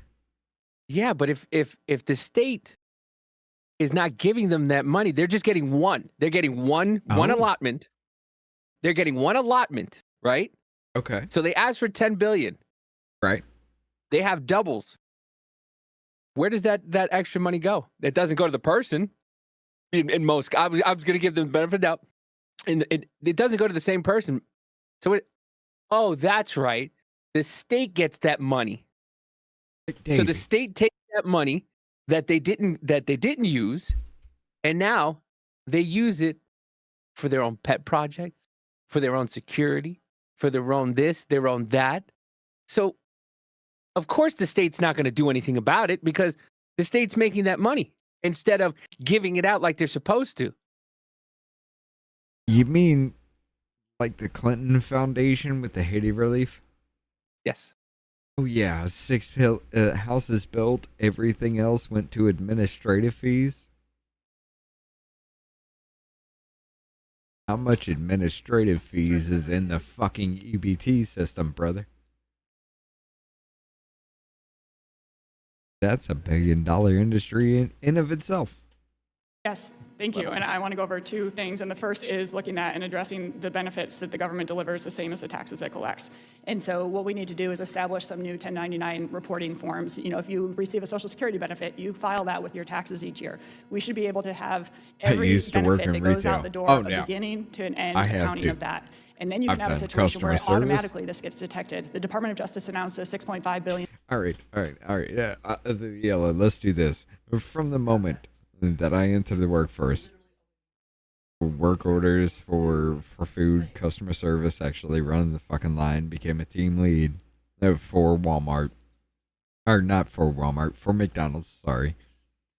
As soon as I turned 18, I ditched that to make the chemicals, or to make the ink that goes in pens and markers. That's right. At 18 fucking years old, I was working with chemicals that can and will explode if I fuck up.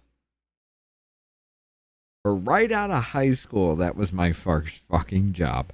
I spent 4 years doing that shit, then went into the military contracting field, which is the weirdest shit. I fell into that literally because I was just there for a month to get a building ready for open house. Well, in that month-long process, me and just one other fucking person, including painting the entire fucking property, we had everything done in 2 fucking weeks. And they're like, okay, this is work ass motherfuckers, let's go. They figured out that I was into electronics. They threw me into the fucking and they threw me into the integration field, realized that my ass understood every bit of this, and pumped a lot of fucking money into me to make sure that I understand government contracting in every fucking way, faceted. And then they dumped me because of the housing market crisis, and we weren't at war at the same goddamn time. Stock market crashed. My ass went to the fucking wayside, and I said never again will I ever rely on the fact that my paycheck comes from the fact that we are at war. So I worked for Dell on a Boeing contract. I figured out a lot of fucked up shit going on there. Worked for Fresenius as a taking care of like everything account related for motherfuckers literally draining your goddamned blood, filtering it and putting it back in your body, and they can't goddamn remember a 7-digit passcode for everything in their fucking system.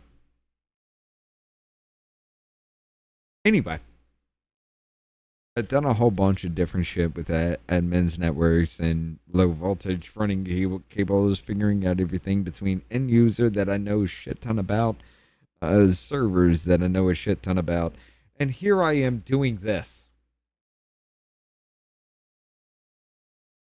It doesn't make sense, right?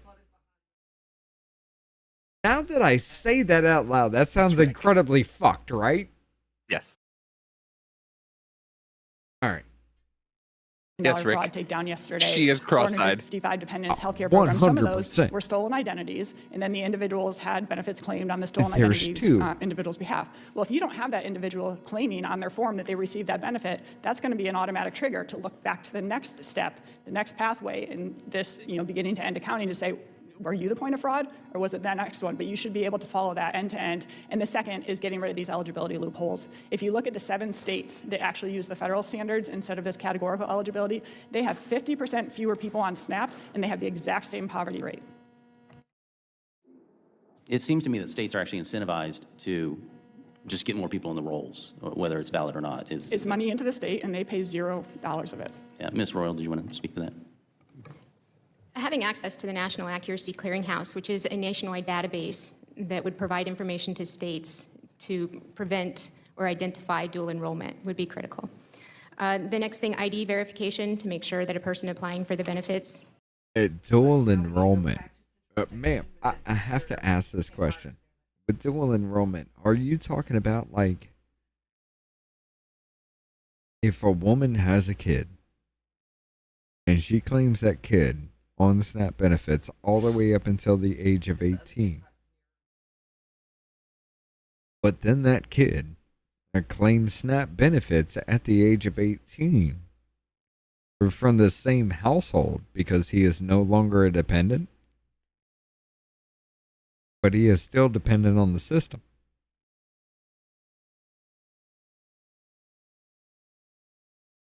Does it account for that? Is not deceased, is who they say they are, and we can make sure again that the benefits are issued accurately. Ending self-attestation. Skins. Someone can go in and submit an application and answer a question with a shoulder shrug and still receive benefits. So verifying the information provided for eligibility would be significant. Increasing the retention amount. Hold on. While I got Davey here. Davey, you got to hear this shit. Dude. Jonah had his own adventure into retardation. It's so much so that he made a video about it and put it on YouTube, right? So he promotes it in the Discord, and I'll look at it. I'm watching the entire. It's like 8 minutes long. There's nothing to it. It's just we went over that text. last week. Yeah. So because I made those fucking comments, tell me why. The same individual that was talking to him went through 5 different goddamn videos on our fucking channel and made 8 different comments, including, "Don't insult me, I can remove channels." Ooh, I'm scared. The same person that Jonah had, this dude, Jonah made a video. He's got like 9 subscribers, right? It's an 8-minute long fucking video, and all it is just the chat rolling. This motherfucker came onto that goddamn video. What was it, like 7 comments to your shit, Jonah? 7 fucking comments on this video. All of them him. Yeah. Arguing. Dude, this brings me back to that evil goddamn debate that I had twice. Arguing something Jonah never fucking said. His argument was the black robe judges have gone too far. They have overstepped their bounds. And this motherfucker comes back, "Oh, because of the Supreme Court and this and this and this and this and this, the janitors of the goddamn judicial branch can say, 'Fuck the president, my will be done.'"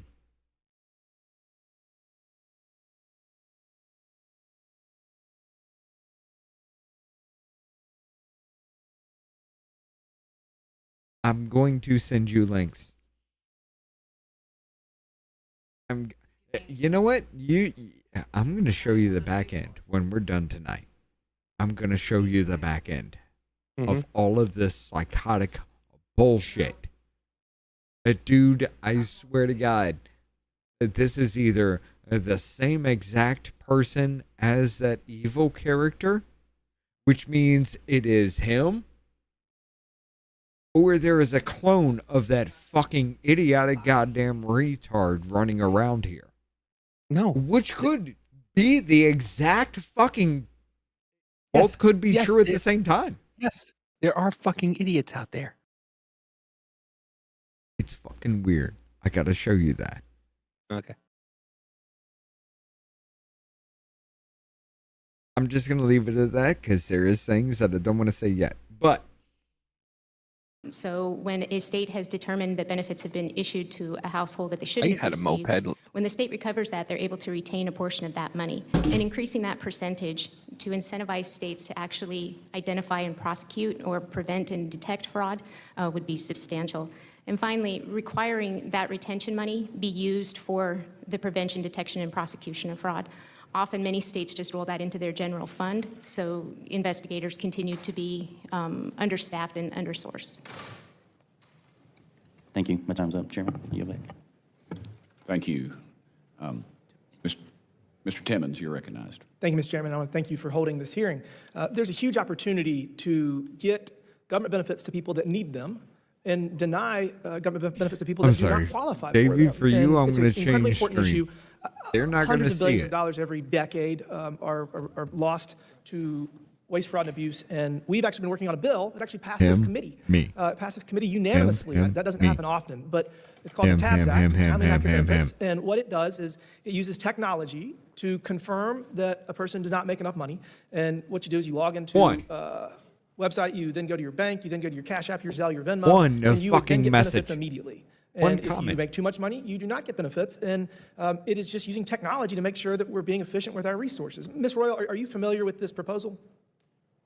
I'm not familiar with the proposal, but based on what you described, I'm going to get familiar with it because it sounds wonderful. So the Congressional Budget Office scored it as costing $500,000 over a 10-year window, which I think is ridiculous. There was a pilot program where it was implemented in Missouri, and it saved 20%.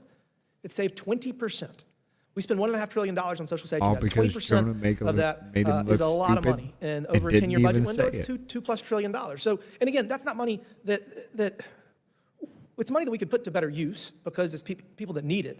And so I think that we need to get the TABS Act on the floor, and we need to get it passed. I'm sorry, I have to give you giving one of states Jonah. the ability to get a better picture of an individual's earning capacity is step one. And this is actually really exciting because the first thing we do is we use technology to get a better understanding of whether people actually qualify for it. The second part is more critically important, and that's we end the benefits cliff.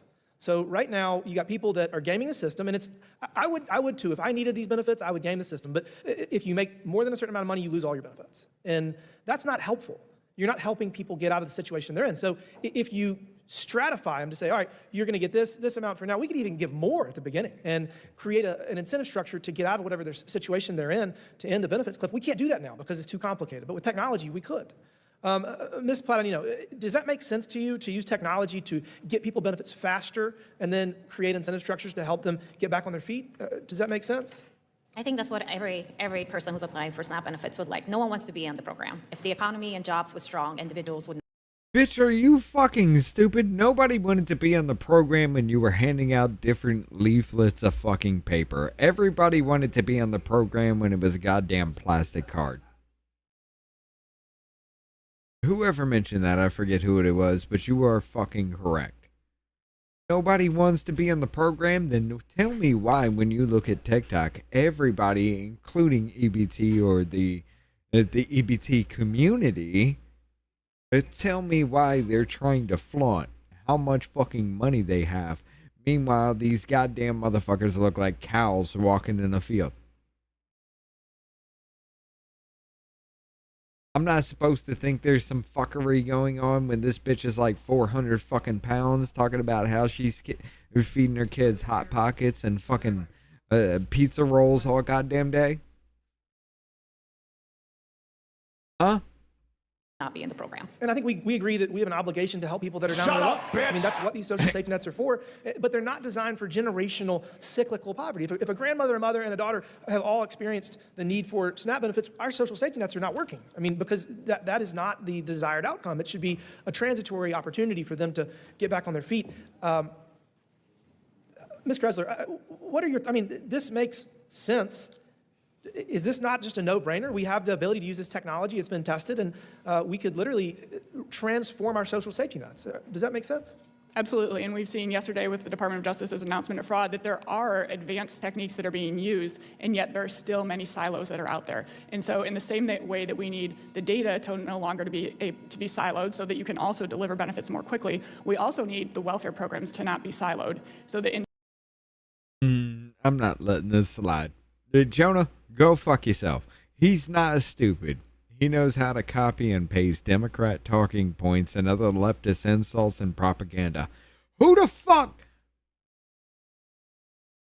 Who was it that coined the term subtarded? Jonah.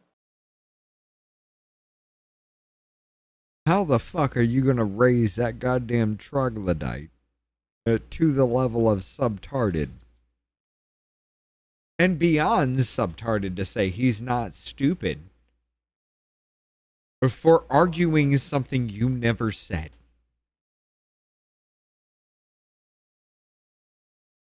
This is why I say it rings true to that evil motherfucker. This dude, literally, I put it on this goddamn channel. I He was, I stopped. I had nothing, I had no knowledge about what he was actually trying to bring that second fucking time. He was just like, you lied. Okay, cool. Prove it. This is well documented. The motherfucker sat there and brought you a 20-minute goddamn dissertation about guilt or innocence that I never fucking argued in the first goddamn place. You effectively did the same thing in chat, brother. But he's not stupid. I'm sorry, I'll stop. Individuals, it's always got to be work-oriented welfare. And Jennifer asked me for that, so. Benefit cliffs, and you may not know that if I take this benefit, I'm going to lose this benefit. And so to have a coordinated system, Congress has allowed Utah to do it because they were grandfathered in, but currently prevents the other states from adopting this like one-door model that actually helps individuals get into work instead of trapping them in a maze of welfare. And we have the ability to do all of this, and this committee has seen it appropriate to pass a bill unanimously, and it's currently waiting a vote on the floor. The TABS Act has the ability to transform our social safety nets and to save billions and billions and hundreds of billions of dollars. So we're going to be pushing to get a vote on that on the floor. And again, using technology to get benefits quickly to people that deserve them and deny individuals that are trying to take advantage of the system is just, it's a no-brainer, and we have to do this. We're $40 trillion in debt. We're running out of opportunities to start saving money. So, Mr. Chairman, I really appreciate you holding this hearing. And with that, I yield back. Thanks. By the way, thank you, Mr. Timmons. Mr. Burleson, you're Miss Platanino. Thank you, Mr. Chairman. She was a selection for the Obama Foundation USA Leaders Program in 2025. Well, Davey, I guess you this deep into it. Oh my God. There ain't no motherfucking way. I'm looking at the debt clock. Yeah. Would you care to guess what we are sitting at right now? I don't want to say 40 trill. Well, let me close this out real quick. You know what? Fuck it. I'm just going to bring it over.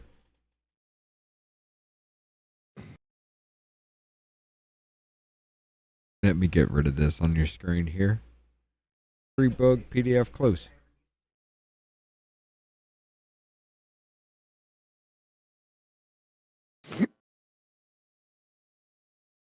Are we doing this, America? The last time we looked at this, was it not like 37 trillion? Yeah, it was like 37.8, 37.9, something like that. And it was just like a couple of months ago. Less than a year ago. Dude, no. 3-4 months ago was the last time we looked at this. Holy fuck, America. Not only debt per citizen, just because you were born here in the United States, you were born with a debt of $114,000 fucking dollars. Because you are a taxpayer, you now owe $356,421 before you can spend $356,421 to buy a house. It's almost $500,000. Eat that shit the fuck up, America. And you wonder why $10.2 billion is a big deal to me? Chairman, American people expect their tax dollars to be spent wisely. They expect us to be wise stewards of the money that they work so hard to put food on the table and then send some to this government. And for us to be wasteful with those dollars is not acceptable. But unfortunately, for many in the federal government, your hard-earned dollars are an afterthought. That's part of the reason why we see billions of dollars lost to waste, fraud, and abuse, and why we have a $39 trillion debt. It's clear that many programs are not working as intended, and the American people deserve better. Over the past year, the Trump administration has taken meaningful steps, and this body has taken meaningful steps to make sure that those dollars are going to be put in the hands of the people that truly need them. And so my first question is to you, Ms.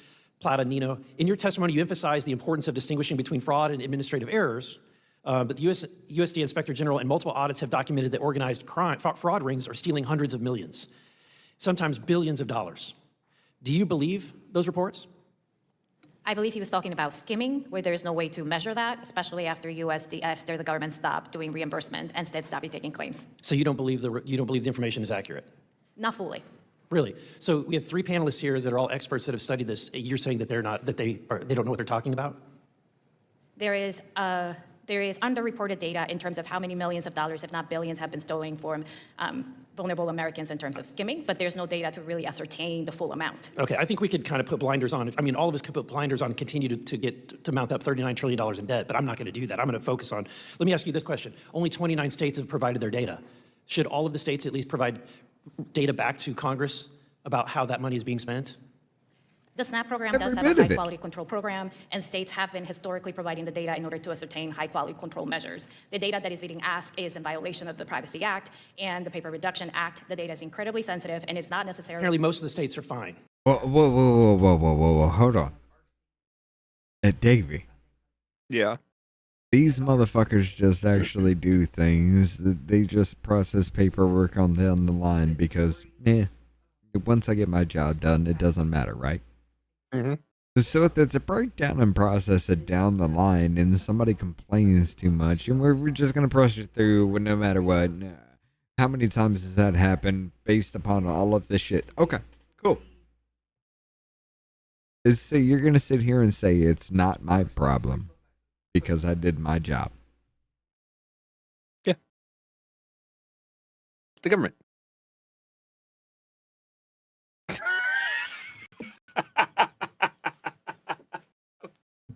Sorry, fucking Biz.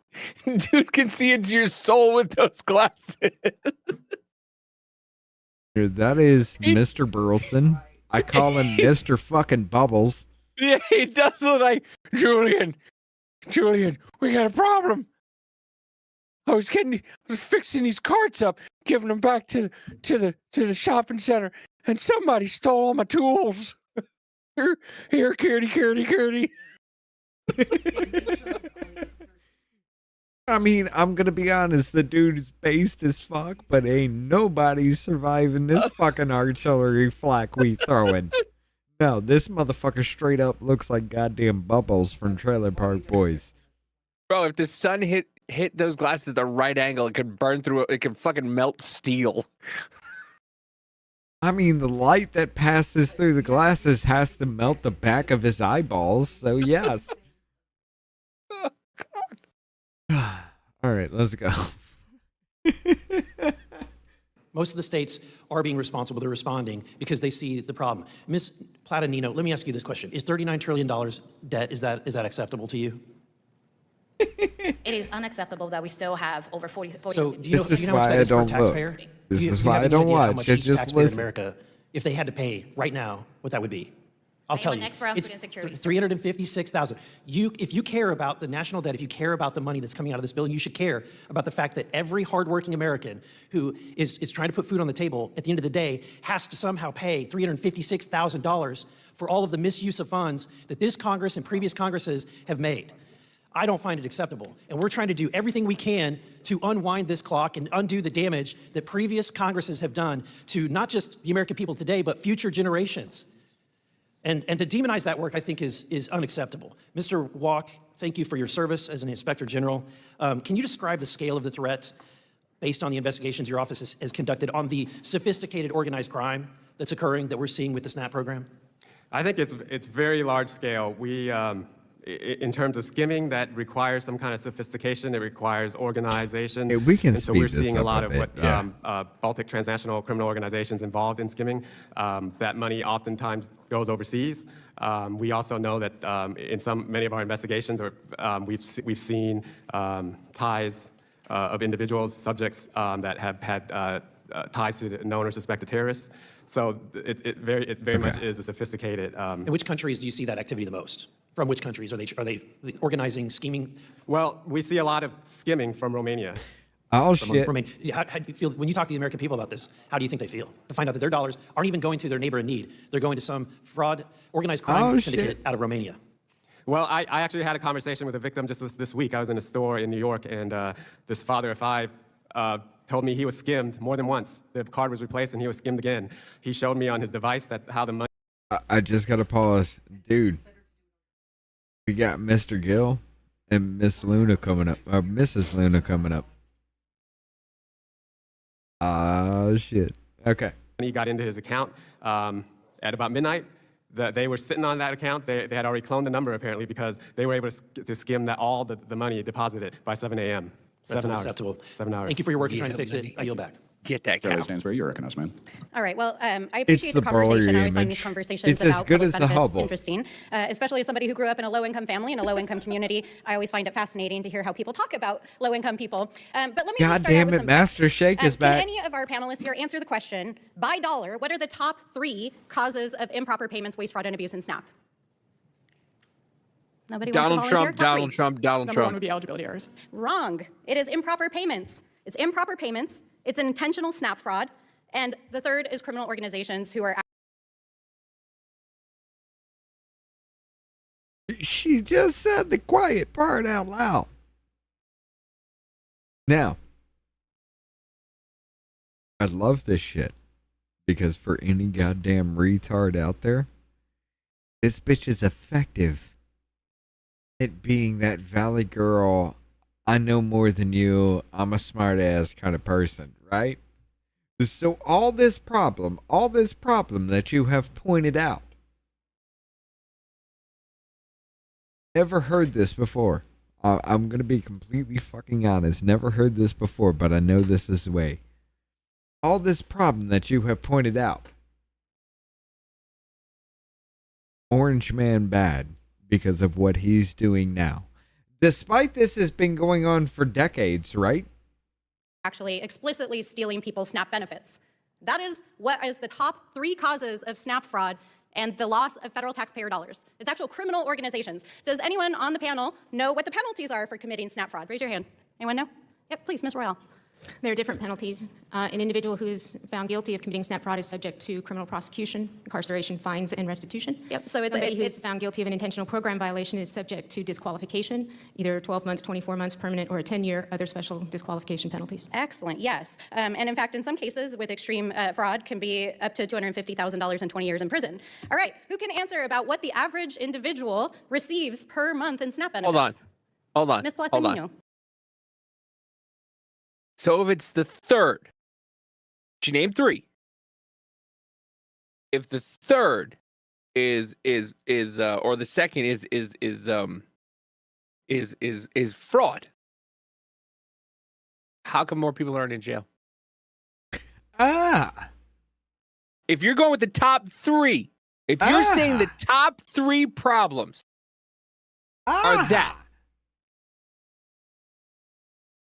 how come nobody's in jail then? If that's a top 3, like I'm, if it wasn't such a big problem, then you wouldn't. But you're quoting as the top 3 fraud. Why hasn't anybody been in jail? Now you're starting to nail down the argument. Now, why are you telling me that there's no fraud? Meanwhile, you labeled it as the top fucking 3 problems. And in another breath, you'll tell me there's no such thing as SNAP fraud. You haven't seen as much as I have with these hearings. No. Dead on balls accurate. Let's hear it. I haven't heard this, but let this bitch try to spin this back home. For a household too, it's less than $320 a month. And about per person, what would you say? It's about $200. Yeah, so it depends on the household and the beneficiaries, but when you average it out, according to the USDA, it comes out to between about $174 and $177 per person per month. And so when you break that down, that's about $6 a day, right? $6 a day. Can anyone answer who is the #1 beneficiary of SNAP benefits? Ms. Platanino. Retailers, because the money goes straight into the retail stores and then goes and offers into the local economy, raising taxes. Children. You see what she's trying to do now, right? Children. Watch. Guaranteed. Because everything she said was about children before. So they're going to tell you children are the ones most affected. Yes. But in terms of the actual beneficiaries, in terms of the people who receive the SNAP benefits, but yes, the economic downstream impacts. Yes, it's children followed by older adults and people with disabilities. Exactly. 39% of SNAP beneficiaries are children under 18 years old. Not fraudsters, children. Because motherfuckers fraud the fuck out of everything, children must pay. And if you do not let the fraud happen, children go hungry. Meanwhile, Master Shake here is literally acting like that's something to fucking be proud of, that the fact that the federal government owned your goddamn children's stomach.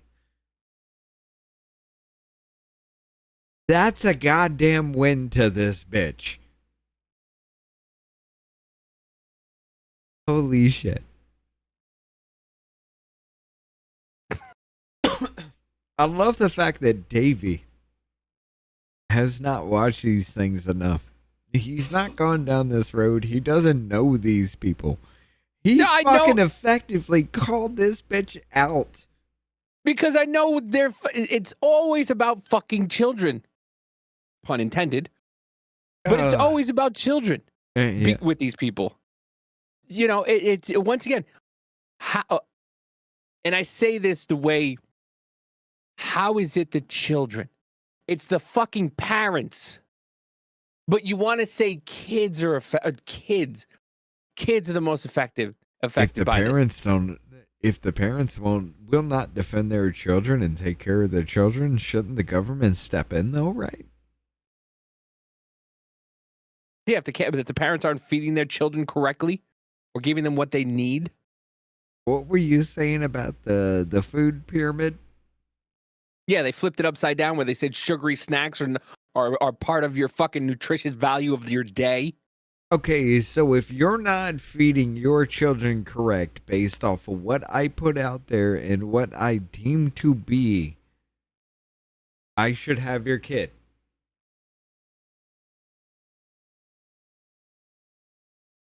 Well, I mean, listen, they took away a kid from the parents who named their kid Adolf Hitler. But they won't take the kids away from parents. Can we admit that should be done though? I mean, listen, if the kid starts if you name your children Adolf Hitler, any child, if you name Adolf Hitler, you do not need to have a child again. All right? Because look, just like the Jews are trying to create the fucking pure red goddamn heifer, do not sit there and tell me white people are trying to create Adolf Hitler. I refuse to fucking believe it. Once again, I don't give a fuck what you name your kid. I don't give a fuck what you teach your children. Because there are real world consequences. I don't. There are real world consequences to something like that. Okay, if you teach your child to be a shitty fucking person, if you name your child Adolf Hitler and you teach him to be Gandhi, case in fucking point, you have an argument. If you teach your kid to be a fucking asshole, and the kid is a fucking asshole, the kid is going to be dealt with by kids his age. Okay? And then later on in life, the kid will be dealt with. If you name your kid Adolf Hitler and you go, hey, maybe, life isn't so bad or something like that or whatever, you teach your kid the right way, and you just happen to be, and I'm not saying that there isn't a certain mind frame. I'm just saying I'm sick and tired of having to deal with everybody else's fucking children. Let people raise their children the way they want to fucking raise their kid, and later on in life, if there's a problem, it'll be dealt with. But here's the problem. You allow certain people to raise their kids the way they want to be raised, and then later on when it's a problem, you are the problem, and you want to teach that person a lesson in life. You're now the problem for teaching that person what their parents didn't fucking teach them. That's where I have a fucking problem. Okay. Let me land the plane, Richard, before you fucking interrupt. No, because I know where this plane is going. No. If you name your kid a certain thing or you teach your kid certain values and later on in life, your kid gets dealt with because of those values, and you become the fucking asshole, you're the problem. That's not my fault that this person is being a fucking dick and was raised a certain way. They deserve to be dealt with in a certain way. But once that happens, and then other people step in and say, well, it was their upbringing. It's their parents' fault. Yes. They got to learn a lesson. Just like DACA recipients. It's their parents' fault that they brought them in here and decided to stay in the United States for 15 to 30 years and decide, hey, I don't want to become an American citizen, but my kid's an American citizen because I brought them here at the age of 1. Oh, it's not my kid's fault. Too bad. Your kid is now an adult. Your kid could have sponsored you to become a fucking citizen, but you don't want to become a citizen. I mean, too fucking bad. You kind of got to. They miss birthright citizenship, did they not, with that? It's tomorrow. No, I'm talking about birthright citizenship. Like, you plop a baby down, and that baby is now a citizen of the United States. They can sponsor you to become a U.S. citizen, right? Y'all missed your fucking chance. Anyway. No, but I want to get back to this. No. Hold on. If there was a person that named their child Adolf Hitler. Nice yellow. And that child went through the slings and arrow of every bit of life and grew up to be the exact same thing as Gandhi, you would have an argument. Now, what are the chances of that happening? Not a lot, but once again, that kid, once he becomes an adult, or he reaches a certain age where other kids have the ability to deal with his fucking malfeasance. Okay. As a child, do you remember that? I know you do.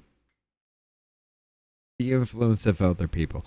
Now, if everything in your life had ever been the fact that you were named Adolf Hitler, and every bit of every society around the world condemns you for being evil, just because you were named Adolf Hitler, what is the logical conclusion of that?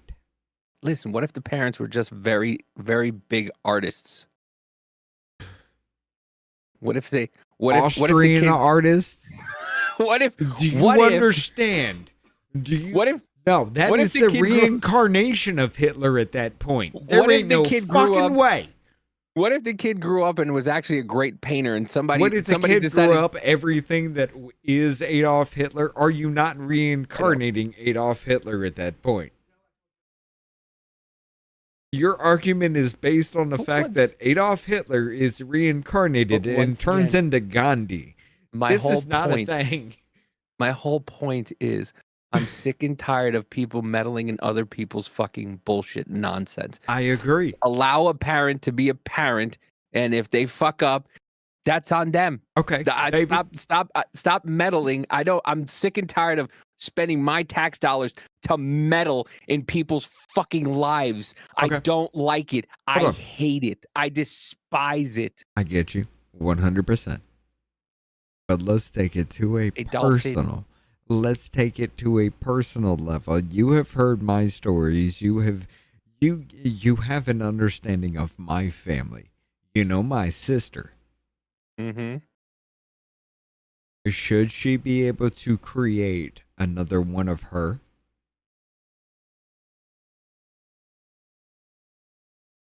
If the world deems it, if it was deemed, yeah. You're talking about a girl who at 14 years old was caught across the goddamn street because she skipped school. She was caught across the street with 3 guys, the youngest at the age of 25 years old. My parents freak out, lock the fucking doors, nail the goddamn windows shut, and she goes to the school saying, "Hey, my brother raped me." That should be allowed to propagate. That should be allowed to reproduce. Okay. I'm talking about my own fucking bloodline. You're talking about your own. I understand that. But what happens with the parents who treat their kid with nothing but respect, who teach them how to do the right thing, who constantly give them love and affection, to them to turn around at the age of 18 to 25 and decide that they're going to be a piece of shit and turn to drugs. How many stories have you heard where somebody had a great childhood being brought up, got everything they wanted, got never told no, and then all of a sudden to turn around and just dive into drugs and to be a piece of garbage throughout their entire adolescence, even though they've gotten everything. So a kid who's named Adolf Hitler could still fucking turn around and still be a great, decent person. So you never fucking know. You could name her Gina. I went to Gina Marie because I'm Jesus just thinking, Christ. We're going to Gina for this? No. I mean, you could name her like Gina Maria Antonelli, because I grew up with a bunch of Gina Maries. Gina Maria Antonelli. She can be the pinnacle of the fucking society. Her parents, her dad could be the fucking upper echelons and have millions of dollars and fucking give this kid everything they want and treat her very well. And she could turn into the next Adolf Hitler. So I'm just, once again, you don't know where kids are going. You don't know how, if look at you, your parents gave you a shitty upbringing. You were, for lack of a better term, a piece of shit. I now still look at am. You. Yeah, you're 90% shit sandwich, but still, you could be a lot worse than you are, and you're not. So where does that come from? It doesn't matter what your name is. It doesn't matter what your parents bring you up in.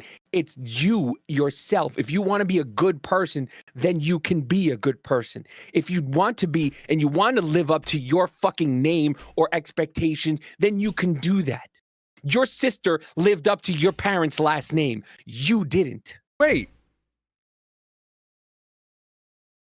Well, I mean, you're right, because my sister did brace well a lot in her life. Okay, so yes. So either you have the choice to either be a good person or not be a good person. It doesn't matter what you fucking name a person.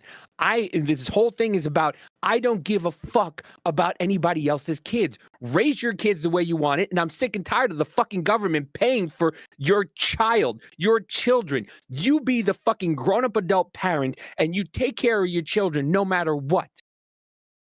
You do what you have to fucking do to take care of your children. I didn't always have money. When my oldest was born, I was job to job, didn't have fucking money, but I found a way to come up with money to pay for her fucking $1,000 fucking babysitting or her childcare. I came up with a way to pay for her to fucking do whatever she wanted to do because I was a parent. But when the government just sits there, and I'm having this issue with my 13-year-old son right now, is that he gets money or he gets given things and he doesn't understand the value of money.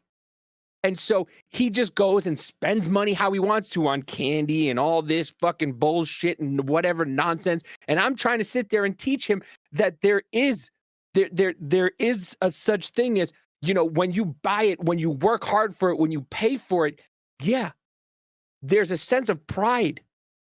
But when you're given stuff like fucking EBT and you continue to just sit and suck off everybody else's money, you don't give a fuck.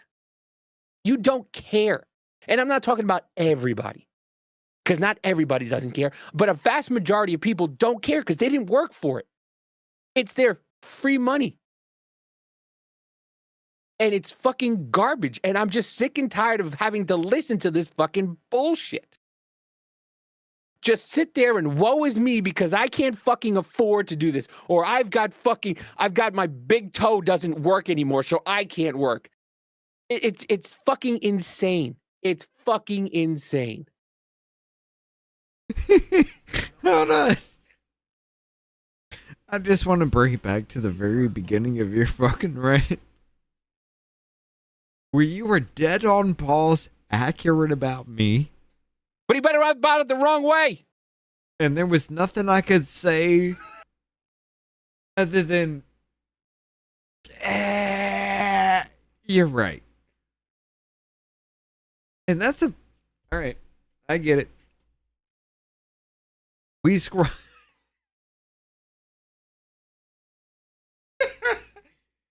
Okay. All right.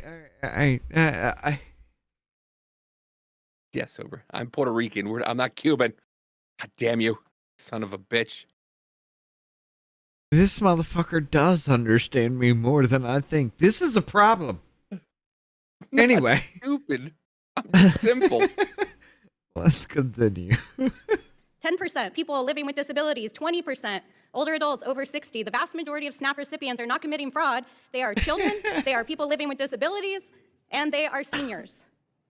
Now, I'm going to save you because I know many people have don't want to share this publicly, but I would ask if any of you have actually been on SNAP benefits. And I want to say publicly, there's no shame in being on SNAP benefits because it is a program that was created to help people who are struggling. It's to help grandparents who are taking care of children. It's to help. There's no shame in struggling, America. There's no shame in struggling, America, because we built the fucking goddamn system to make you struggle in the first place. So rely on us. Meanwhile, didn't we shut down the government and motherfuckers were starving because we couldn't give illegals health care anymore? There's no problem, America. Take care of kids who are in the foster care system. It's there so that when a mom goes through a divorce and she loses her job and is having a hard time, she can take care of her kids. That's what the SNAP program exists for. It is a bridge. It doesn't even cover the cost. I would like to know, can any single person on this panel feed your family for $174 a month? Yes. Yes. Wait. You can. No. I would answer back. I would immediately hit that button and I would answer back with, and why is that? Wasn't it the inflation from Biden? We weren't having a problem until the lockdowns where everybody had to sit on their ass and do absolutely nothing while you shove politics down your face and you wonder why you're losing. So what happened here? It would be evident to me that you shut down the entire goddamn world. You made the entire world rely off their governments just to fucking live. And then those governments said, fuck you, do as I'm told, or you starve to death. Here's another thing is, yes, can you survive on $170 a month? Yes. Yes. Will you struggle? Absolutely. The problem is that nowadays, and once again, with my 13-year-old, the problem is that he's been conditioned that eating out is more frequent than actually a home cooked meal.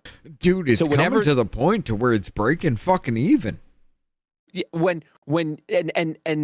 so when we cook at home, he doesn't want to really eat. He wants to eat like fucking Hot Pockets or whatever, because he's been conditioned that, going out, because before me and Amanda were together, she wasn't able to cook, a lot of meals. Right. So they would call out, they would order food. So whenever she cooks now, he's like, I'll just have a Hot Pocket. And it's like, no. If you cut out all the unnecessities, like all this shit that I have here, is do it I necessary? have to cook for this goddamn asshole? Pizza Pops are coded. What up, Sean? No, is all of this stuff that I have? Hold on. Is all of this stuff that I have here necessary? No. Is all the stuff that these little things that I play with, or I buy and I play with, or I use once or twice, is it necessary? No. But we're all in this condition where we go in excess. That's why credit card usage is rampant, because you see something, you want to buy it. If everybody just cut down to the bare fucking necessities, yes, you could afford $170 per person, because it's not a fucking month, because you start out with $300 and then it's $200 each person. Okay, right. A month. How about this?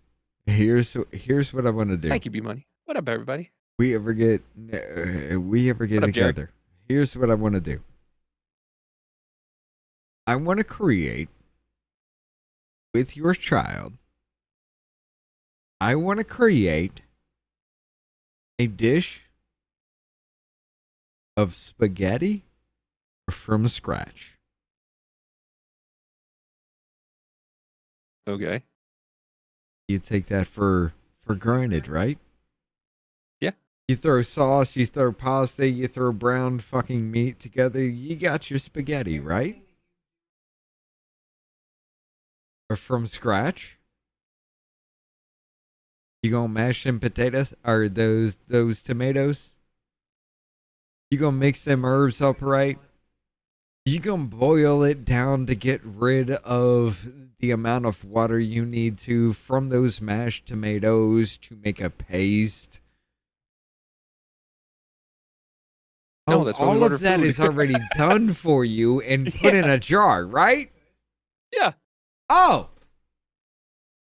So when you create a fucking meal from scratch and you spend a couple of hours doing so, do you or do you not gain appreciation for the taste that goes in your mouth at the end? Yeah. Okay. Let's put him through some boot camp then. Next time, I see you. I'll come up there. We're going to make him cook some food with me. Okay. It's all going to be from scratch. I'll get everything. You ain't got to pay for a damn thing. The only thing he has to do is not walk away.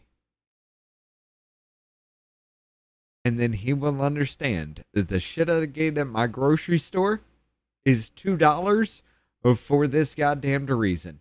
And everybody's happy. Until then, we need to get rid of shit like this so that $2 to make a spaghetti fucking meal for the entire goddamn family is realistic once again. Anybody? Can anybody in this room feed your family for $174 a month? Anybody? Not a single hand in the room? Sean says I cook others with love. This is not a joke, my friend. I cook for others with love. I cook for myself real with here. resentment. There is actual waste, fraud, and abuse in the system. Sounds like It's my criminal wife. activity. It's activity that is just like. I mean, that's not fucking wrong, though, because if you're cooking for yourself with resentment, you're like, God damn, here I am, another meal alone. What the fuck is this? But if you're cooking for somebody else, you're actually cooking for love, because you got to say, you need to continue to live. You're not wrong. Bro, how many times do you cook and like at the end of cooking, you're not even hungry? Every goddamn time, which is why I hate cooking. But when it comes to Italian fucking food, dude, I get the fuck up. I'll do it all goddamn day, and I will appreciate lasagna. Holy fucking shit. I'll do that all goddamn day.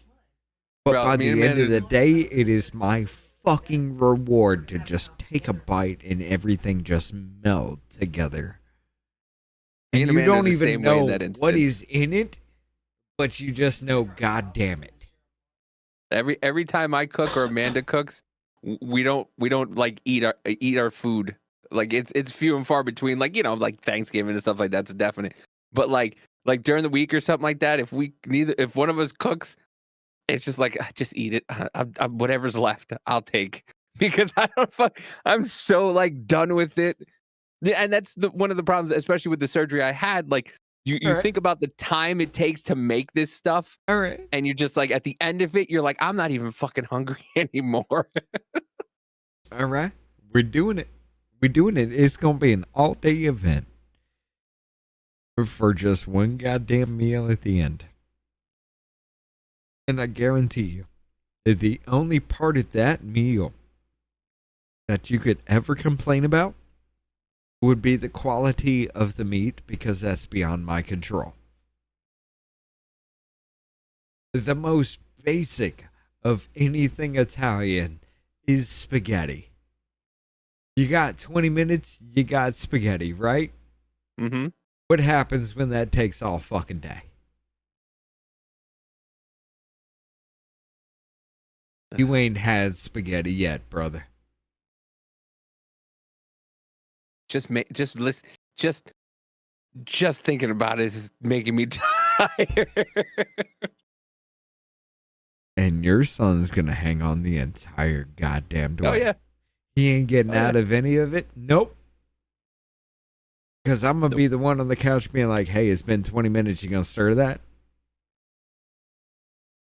Hey, get up. Go do it. That's your job. But can you pass Getty? I got a lesson. I got a lesson for that boy. Every single financial system out there, there are bad people who take advantage of financial systems. But the vast majority of beneficiaries of this program are seniors, children, and people living with disabilities. And when you make it harder for them to access benefits, then it means that they go hungry. They skip meals, they don't have access to food, they go to our food banks who are already struggling because of the cuts. Wait a minute. You make it harder to access the food banks. So when you shut down the food banks because you can't give health care to illegals, you're going to cry because I say there should be more than just an ID to get on this shit? Hold on now. Does that or does that not raise up a big fucking issue, though? If you can shut down the government, if you can take away my food fucking benefits, why the fuck are you complaining about how goddamn easy it should be for me to get on these benefits? Unless your end goal is to starve me out because you can't do something politically. How many times has the government shutdown, left and right, been fucking used and abused in our lifetime? How many times has Republicans done it? How many times has fucking Democrats done it? How many times has anybody that has relied on the goddamn system to function been fucking used, abused, thrown away, and treated like shit simply because one party didn't get what they wanted? I mean, I'd consider that economic warfare of the people, left and right. I don't know about you. That were put in this budget to cut other programs that put food to our food banks. And essentially, it leaves our people, our children, our seniors, our grandparents without access to food. And so, Mr. Chairman, I'm happy to work with you on bipartisan efforts to deal with criminal activity involving waste, fraud, and abuse in SNAP, but I will not support cutting programs for people who need them. I yield back. Thank you, ma'am. Next, we have Representative Fallon. Thank you, Mr. Chairman. From Texas. So unlike some of us, we're not in a classroom, so I'm not going to ask anybody to raise your hands. Okay, we'll just have a civil conversation. Miss, is it Platanino? Am I saying it correctly? Okay. You've worked for how long in your current position? Over a year. Okay. All right. And did you have related jobs that were similar? I served as an attorney for multiple years representing low-income individuals in various public benefit programs. Okay. Did you know what the amount the federal government spent in SNAP benefits in fiscal year 2019 was? 2019, not off the top of my head. I'm not going to try to play gotcha. It was $65 billion. And then in 2025, do you think it went up or down from that number? It went up because of the pandemic and the job loss. Yeah, but the pandemic is long since been over. For several years at this point, it was $102 billion, which is a massive increase of 68%. And yet the GDP per capita, if you adjust for inflation, is only 8.9%. We got 3 more left and we're done. And according to the GAO, at minimum, we're looking at $300 million in fraud, waste, and abuse. And of course, I think we all could agree that the reality is far more. Would you agree that in a perfect world, there shouldn't be any American that needs SNAP benefits? Americans want to have jobs and employment, so if the economy is strong, yeah, absolutely. In a perfect world, there would literally be no one on SNAP. That's what we're all working towards. Ironically, he is a great poop in the AM. I agree. Yeah, that would be amazing. Do you think that able-bodied, able-minded, non-elderly adults should be eligible for SNAP benefits? Philosophically. You kill individuals who need SNAP and who need the resources should be eligible for SNAP. Do you think that if you're able-bodied, able-minded, you're non-elderly, you should receive SNAP benefits? It's a matter of having job sufficiency and available jobs. And so you think yes? That sounds to me that's. Lenny, are you saying you're for hire for lasagna? Bro, I haven't had a fucking good lasagna in a long time. And SNAP. Yep. I need to cook. Able-minded person should be eligible for SNAP benefits. I philosophically disagree. I think it's shocking that 21% of the people on SNAP are non-elderly, able-bodied, able-minded. It costs the American taxpayers $18 billion, and there's 8.8 million of those folks. Does that sound like a large number? I think it's an incorrect number, since many individuals do have disabilities who have been undiagnosed. No, this is able-bodied, able-minded, but not be able to prove wait, hold on. You know, I've been in Congress. People who have disabilities that are undiagnosed. Isn't that like when we had COVID? Isn't that when we had COVID and there were asymptomatic people who didn't know they were sick, but they got you sick because they were asymptomatic? So if you are undiagnosed with a problem, doesn't that leave you able to work? No. Because, Davey, if I'm undiagnosed, we don't know it's a problem. So, therefore, I can't work until I know it's a problem.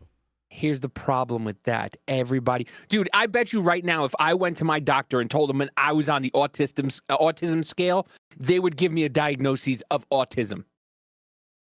I'd be more on the autistic scale than you. Oh, you're definitely on the you're 100,000% autistic. You are absolutely on the scale. But still, the problem is that you go to a doctor and you can get any fucking diagnosis you want. I know people who have work restrictions out of nowhere. They worked in a business for 20 years and out of nowhere they came in with a diagnosis that, oh, can't work this day, can't work that day, can't work this many hours, can't work that many hours. Here's a note from my doctor. And then all of a sudden they're full disabled and walking around Walmart while moving those scooters right beside them.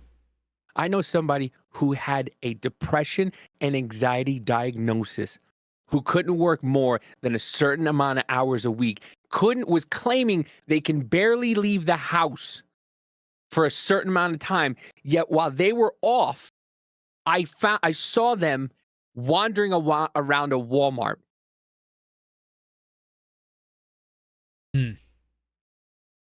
Their thing was they couldn't be away from their house for a certain amount of time because it would trigger them to have an anxiety attack and have severe depression.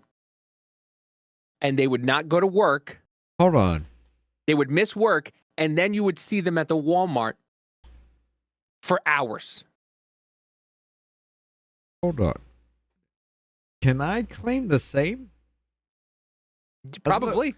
I don't want to go to work. I don't want to go out there and interact with stupid ass people day in, day goddamn out, where I have to explain the basics of your fucking job. That might be better for society if that was the case. I'm not going to lie. I mean, you do have a point with that. Argument to be made. Because the less interaction I have with stupid people, the less of a chance that a goddamn nuclear dirty bomb is going to go off in my area. Okay? Mm-hmm. It's kind of fucked up to say, but, y'all, what the fuck was that? We were talking about Deluxe Night, and he just appeared, and I went like this because I was excited, and I caught my fucking cord and gave myself an Epstein. I'm just saying. What up, Deluxe Night? We were talking about you a little while ago. Right. I guess your ears must have been ringing. I'm just saying, though, man. It's kind of fucking... On this issue, go fuck yourself. I shouldn't have to feed you just because you exist. Mm-hmm. But in my life, I have needed it. In my life, I have not gotten it. But people who are less worthy than me have. How the fuck am I supposed to uphold that and think it's okay just because this is the way? In any situation, how you want to take it with this EBT shit, that seems to be the way it goes. And it's come to a point now to where anybody and everybody can be on it. Except for a young male who has shown you that he is actually trying to enter the workforce. No kids, homeless, can't get shit, but a young female who is actually trying to enter the workforce. No kids, homeless, gets $500 a month, but I can't get the bare minimum of $200, and I'm supposed to be okay with this situation? Come on. Be money. We all need some help here and there. We all need something whether it be unemployment, whether it be food stamps or whatever, but that should never, never be a subsidy for your goddamn life. And I mean it. Throughout everything, it should never be a subsidy for your life.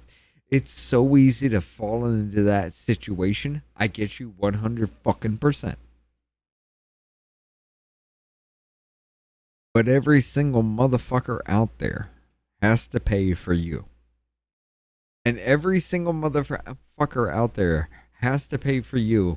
Literally looks at you 400 fucking pounds walking around goddamn round trying to barely fucking breathe because you've eaten so much of my fucking taxpayer dollars. Should you be able to do so? No. But where does that cutoff begin? And that is literally the problem we have with SNAP benefits, with EBT, with socialism, as it applies, as it goes in the broad spectrum of things. Okay, so we come on, guys, we really are a socialist fucking society. Every bit of our taxpayer dollars goes to keeping every goddamn subhuman the fuck alive. They're a drain on our fucking our system. They do nothing. However you want to take it up, we have some differing in opinions of how that would be. But when you are a net drain to a society,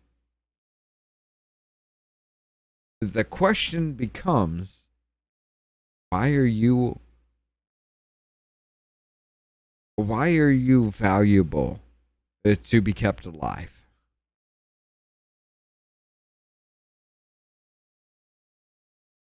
I, as an American citizen, would love for every single fucking person, and I will say this, even the illegals, to have an abundance of food. And I say that simply because if you look at the rest of the fucking world, what is their biggest problem? If they can't feed their population, motherfuckers are revolting across the world because they can't eat. And we're revolting across the fucking world because the government won't give us goddamn Coca-Cola and Little Debbie.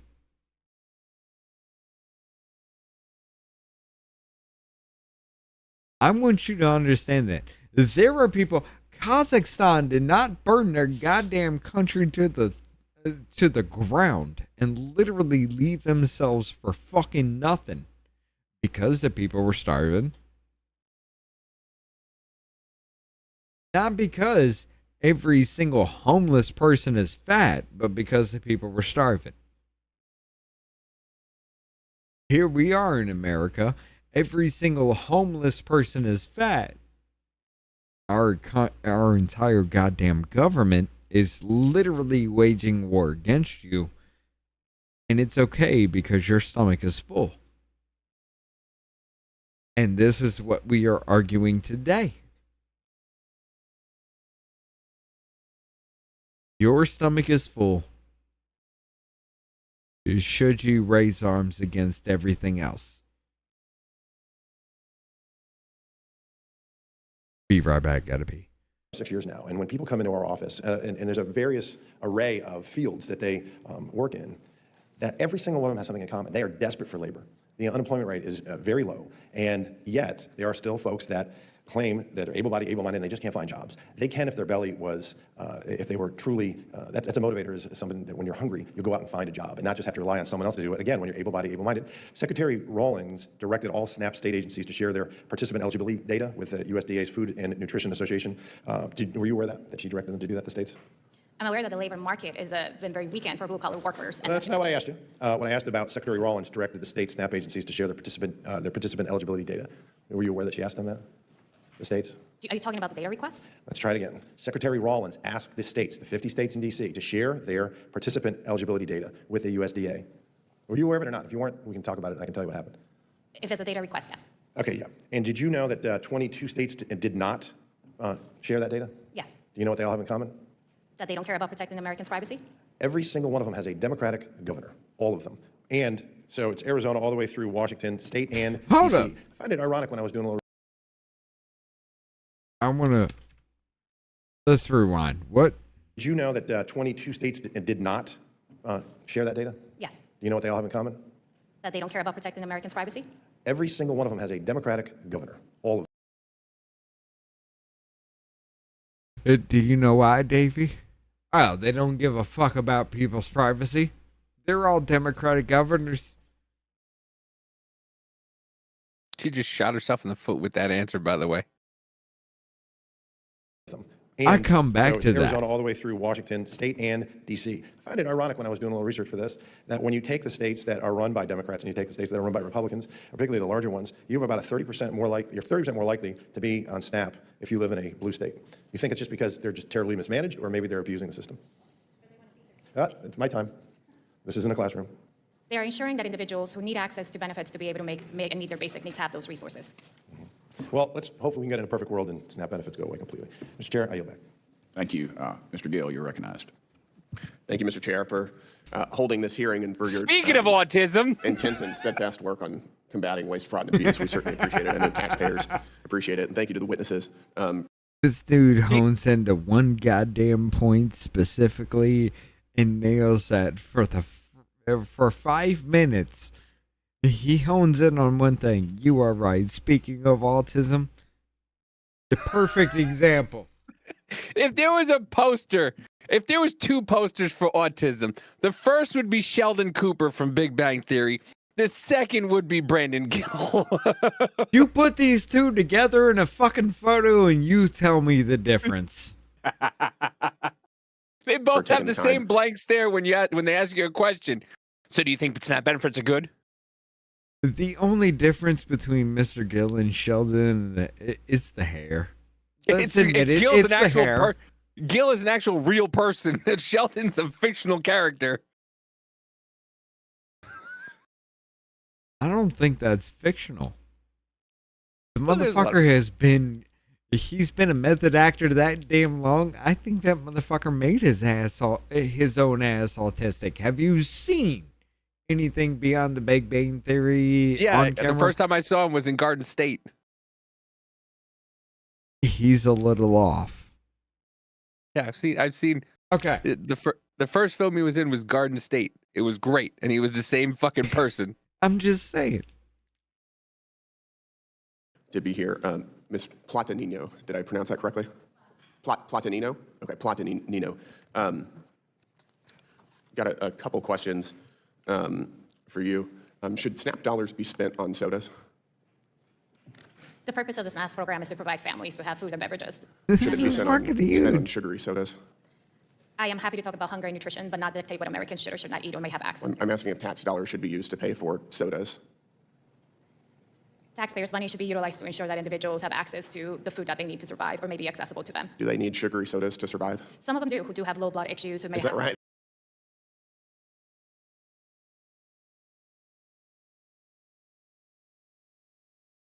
Go ahead. You're chomping at the bit. Go ahead. No, it's just the fucking, for low blood sugar, they need 48 cans of Coca-Cola. For low blood sugar. They need 14 bags of Twinkies. For low blood sugar. They need fucking 24 donuts. For blood sugar, they need candy. For blood sugar, they need fucking already made pizzas. For blood sugar, they need fucking all of the sugary cereals. For blood sugar. You know what happens to that after that? Your blood becomes sugar. You get the sweet blood. and you get diabetes. That's why these people are asking for universal health care. It's not because grandma could get sick and lose her house. No, it's because you make these fucking people, you allow these people to get fucking fat and be diabetic, and then they need to go somewhere. And they can't afford the doctor because they're spending too much money on trying to fucking feed themselves.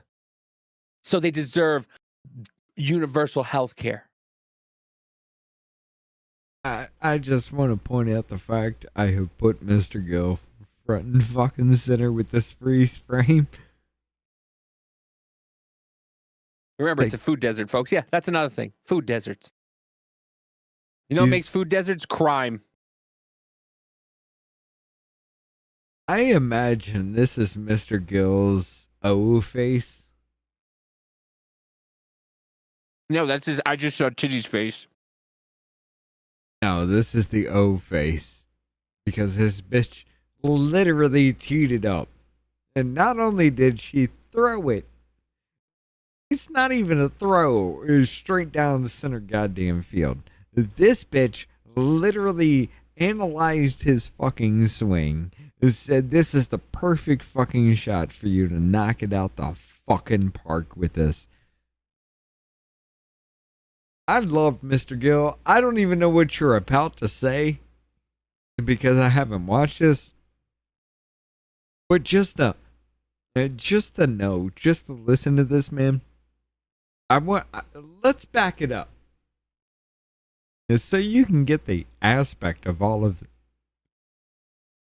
You can get the full aspect of all of this. Nutrition, but not dictate what Americans should or should not eat or may have access to. I'm asking if tax dollars should be used to pay for sodas. Taxpayers' money should be utilized to ensure that individuals have access to the food that they need to survive or may be accessible to them. Do they need sugary sodas to survive? Some of them do, who do have low blood issues, who may Is that right? have kidney issues. Do you think they need Coca-Cola to survive? Do you think that's the most appropriate use of our tax dollars? I am not a physician, but medical records and expertise You were just show that in citing some the health needs, apparently, of the American people. So do the American people need Coca-Cola to survive? I did not say that. I said that. I'm asking you. I'm You giving you the opportunity did to say yes or no. I will not answer for individuals and their choices. You think that there are some Americans who need Coca-Cola to survive? Is that your testimony? I am happy to talk about the food and You nutrition just don't needs know. that individuals have. You just don't know. I think most people can rationally say that you don't need Coca-Cola to survive. Wouldn't you agree?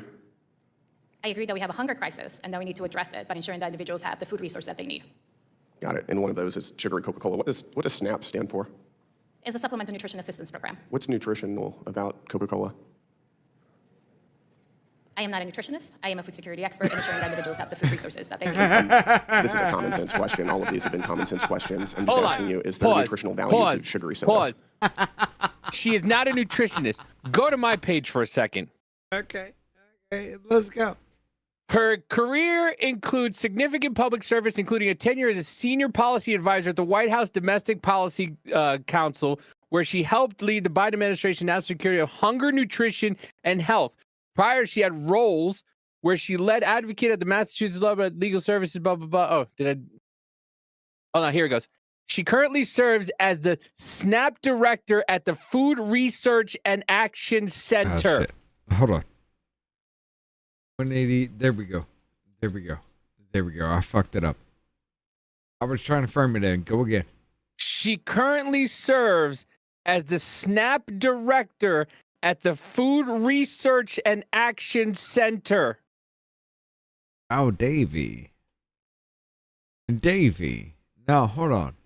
If you're the director, shouldn't it be the most money that flows into your company, what you work for, whatever organization? Shouldn't it be the most money flows into that, though? Richard, she said she doesn't. She's not privy or whatever she just said. She doesn't know. This word right here. You see this word? I get you. Research. I get you. Research. Play that again. What she said. Play what she said again. Okay. All right. Let's go. Roll it back. Hold on. We'll roll it back. 15 seconds. Go one more. Yeah. Got it. And one of those is sugary Coca-Cola. What does SNAP stand for? It's a supplemental nutrition assistance program. What's nutritional about Coca-Cola? I am not a nutritionist. I am a food security expert in ensuring that individuals have the food resources that they need. This is a common sense Pause. question. All of these have been common sense. She's not a nutritioner, yet she's the director of food research. Well, Director she's not a of nutritionist. food research. Davey, come on now, brother. She is not a nutritionist herself. She can't speak on it. She's the director of the motherfuckers that give her the fucking information to make a determination. She's not the one actually coming up with the information. She's the one given the information to make a determination. There is a difference. That's a problem. You were right. You were right. The semantic game is bullshit. Go ahead, Blake. Questions. I'm just asking you, is there nutritional value to sugary sodas? It's a yes or no question. I am not an expert. I would have to look at the dietary guidelines. You're not an expert. I don't think that there's nutritional value to sugary sodas. I think most people in this room would agree with that assessment. But you have no opinion? I'm here to talk about the food needs and the hunger crisis that individuals here in America are Are you facing. that ideologically dug in that you want our tax dollars paying for sugary sodas, that you will not, in a straightforward way, admit that sugary sodas are not healthful for the American people? I think that focusing on soda when people are going hungry. We spend a lot of our tax dollars are spent on soda. That's why I'm asking about it. We have and no- you appear to be so ideologically dug in that you won't answer a simple question that that's not an appropriate use of our tax dollars and that does not, in fact, make the American people more healthy. I won't answer because there's no data sort of. No, this motherfucker is Sheldon in the goddamn flesh. Did you see that? Mm-hmm. I'm gonna roll it back. That lick of the fucking goddamn lips, Sheldon in the fucking flesh. Hold on. Dug in that you won't answer a simple question that that's not an appropriate use of our tax dollars and that does not, in fact, make the American people more healthy. Come on, that was the. Come on, let me hear what you guys say now. Right. Come on. I won't answer because there's no data sort of proving that. Do you need data to determine whether drinking soda is healthy? I think. I'm sorry. It's a serious question. Is there some? Do you believe that perhaps drinking sodas every day is healthy? The worst health outcome is hunger. When individuals don't have the resources. 5 goddamn minutes on this bitch.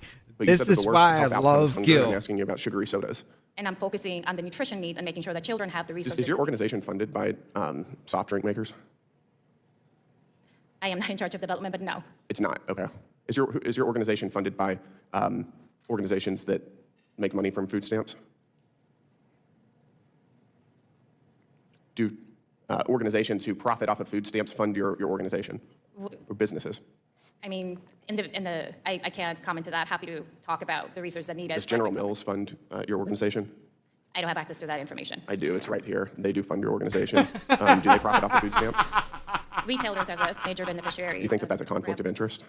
That's where EBT dollars are utilized. Yes, and they're profiting off of your advocacy. Do you think that that's a conflict of interest?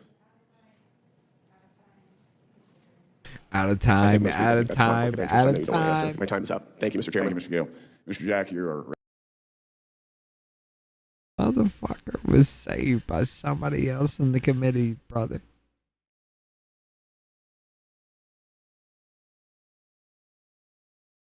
I want you all to understand exactly what the fuck Mr. Gill just did there.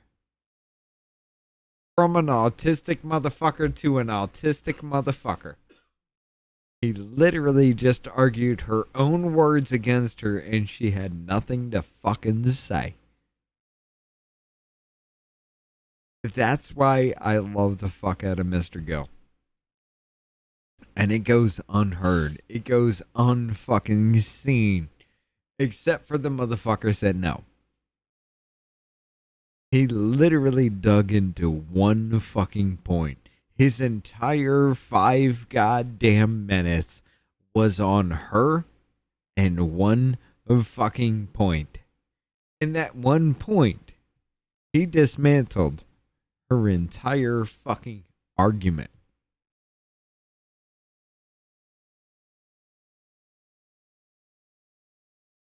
That's why the fuck I love Mr. Gill.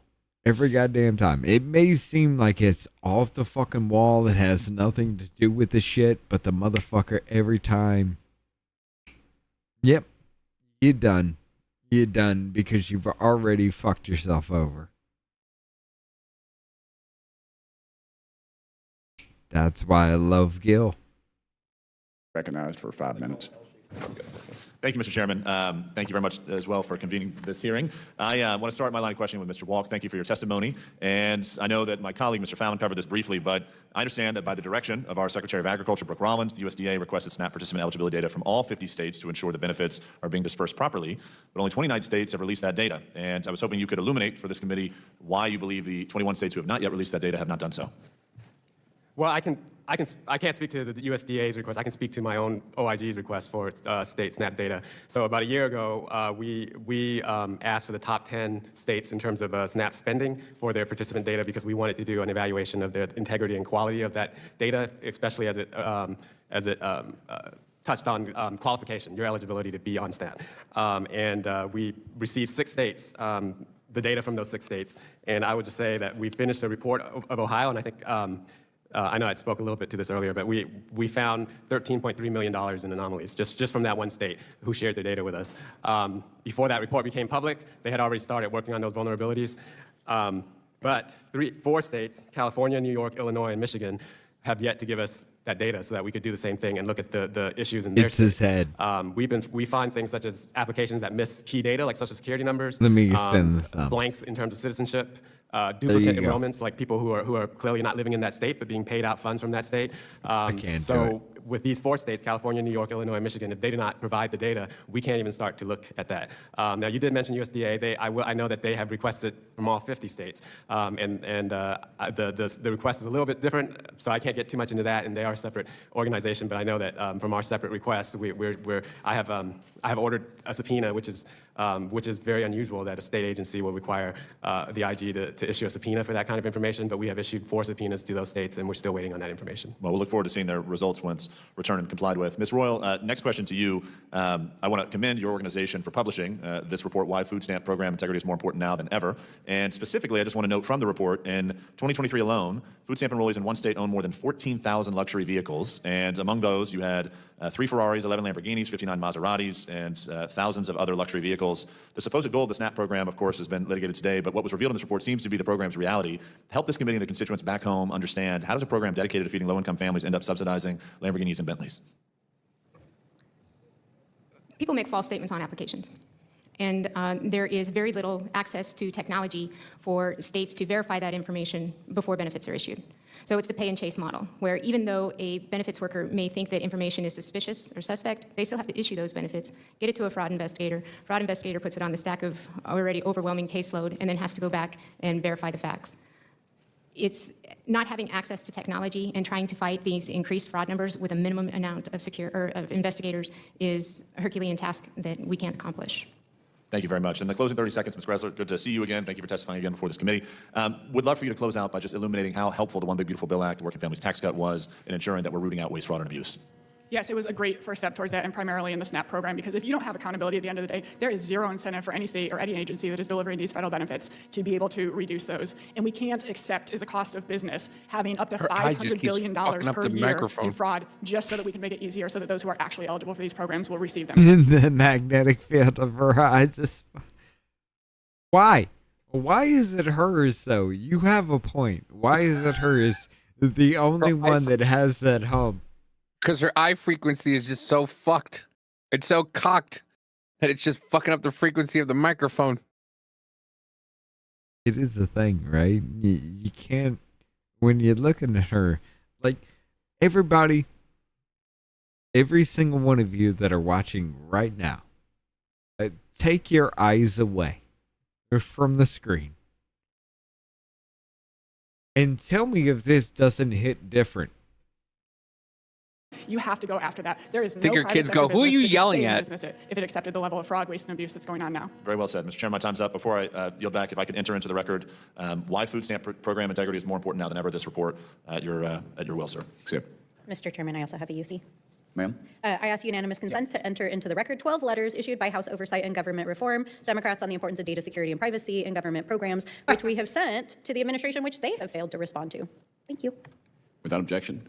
Representative Luna, you're I recognized, ma'am. understand Thank why you, Chairman. JFK. Honorable Oh God. Walk. Here In we Operation go. Cold Snap, 20 Minnesota retail locations were hit Let in a me single put it operation full for screen. snap trafficking. Minnesota is also the epicenter of the largest documented social service fraud scandal in American history, where over 90 individuals charged, 85 being of Somali descent, nearly $300 million stolen from the USDA's federal child nutrition program. Did Minnesota's sanctuary status contribute to allowing that network to operate for years?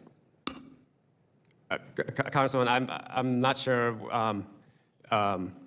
if that did, but I do know that in terms of Operation Cold Snap and feeding our futures, there was a big nexus to the Somali community. But we haven't looked at the issue of how the sanctuary jurisdictions affected that. I understand this to be correct, not just in Minnesota, though. In most states that actually have illegal immigration problems and provide sanctuary status to these people, where they are limiting cooperation with federal immigration enforcement, do you find it to be the case that similar cases also exist in regards to SNAP fraud?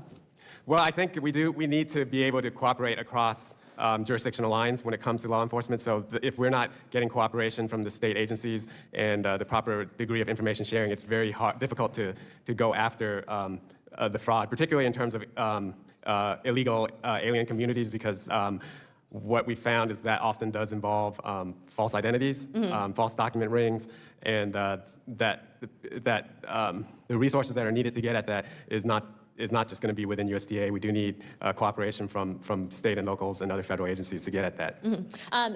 Ms. Plata, do you think that if the federal government gives a set budget for people to be able to access these programs, and then you have others being able to access them as well that haven't paid into the system, in your opinion, would that limit the nutrition access for Americans? SNAP has a high-quality control measures to ensure that only eligible individuals are accessing the program. So you don't think that fraud's occurring? Absolutely. We have billions of dollars that are being scammed by families. Okay. My next question would be for Ms. Gressler.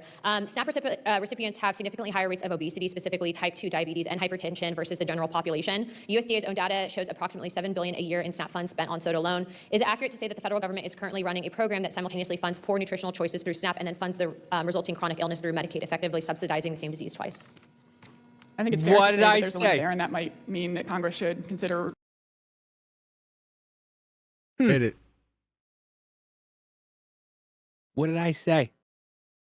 The reason why they want universal health care is because they're fat fucks.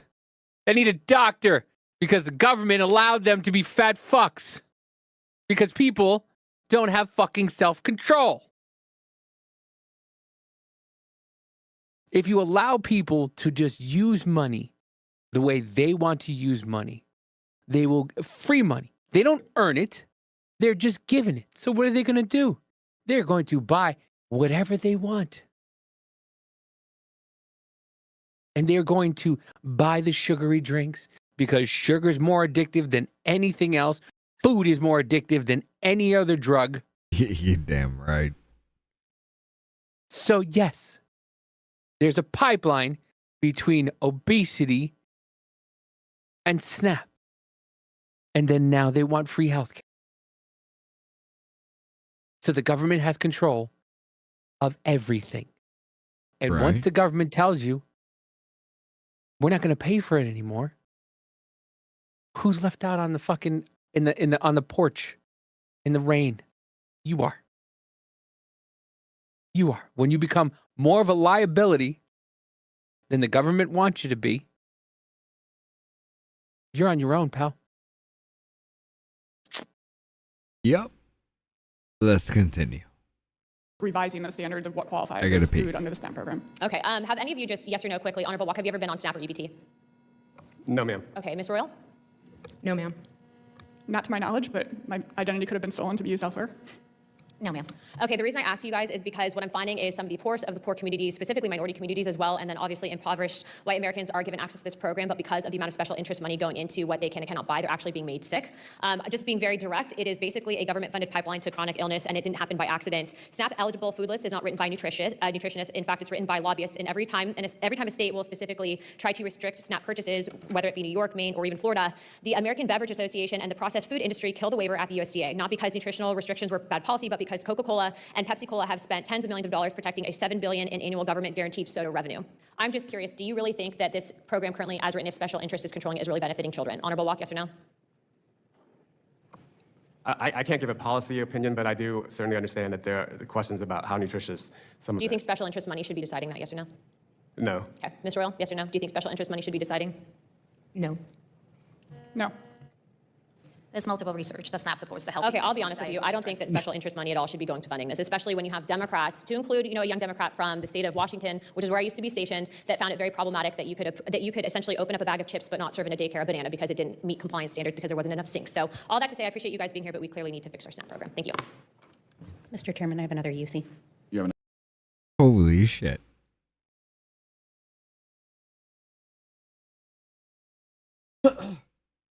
Davey. Yes, Richard. I have been an advocate for that woman for a while. Now, do you understand why? Well, I know.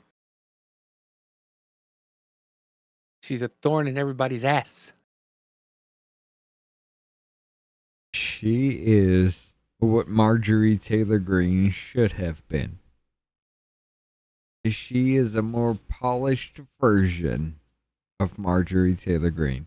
And I say that literally because what Davey brought up is she is a thorn in everybody's ass. She is literally, from this point on until the SAVE Act is fucking passed, she has vowed to block everything. And I'm sorry. Is there anything that you could have thought in any way that could have been a flaw in what she had brought? Her 5 minutes. No. There was a lot there, wasn't there, though? She was the most effective motherfucker at asking questions and getting shit in, right? Mm-hmm. She is everything Marjorie Taylor Greene should have been. The only thing that held MTG back was the fact that she was willing to sling the fucking shit. Whereas Aluna slings the shit, but indirectly hits you in the face because it's a curveball that you never saw coming. That's what Marjorie Taylor Greene should have been, and that is what Anna Paulina Luna really fucking is. When it comes to the whole fact of the biggest thing anybody on the right could ever say is, oh, she brought home the whole fact that women who give birth should be allowed to recover from birth because they are women and they can give birth. And everybody had to come apart because a woman biologically fucking designed to bring a child into this goddamn world caused a stink for just a short amount of time. Caused a stink to say that a woman who gives birth should be allowed to vote by proxy because she gave birth. Now the details behind what it was, 12 weeks, imminent health kind of situation. What do you design imminent 12 weeks? That's way too fucking much. There's arguments into whatever she fucking brought. But the woman literally gave birth and tried to vote in your favor, and the Republican fucking party broke her a fucking vote because she was not there to cast a ballot. That was her argument, and it was shot down. Why? Well, bitch, if you have a baby, you should be able to pop up the next day, right? And Republicans, bad messaging. all around. Another what? Unanimous consent. yes, ma'am. motion, Yes. Go ahead. I'd like to ask for unanimous consent to enter into the record a report from this committee's House Democrats entitled Abandoning Americans to Disease, the Trump Administration's Reckless Crusade is Harming Americans' Health, which is about an investigation into the policies that this administration is forwarding, including some of the food standards at the Federal Food and Drug Administration. Wait, hold on. I'm going to put into unanimous consent this article that says everything about the orange man is bad in this situation because. Unanimous consent. Okay, so if you're entering anything into the record, more often than not, it's going to go through.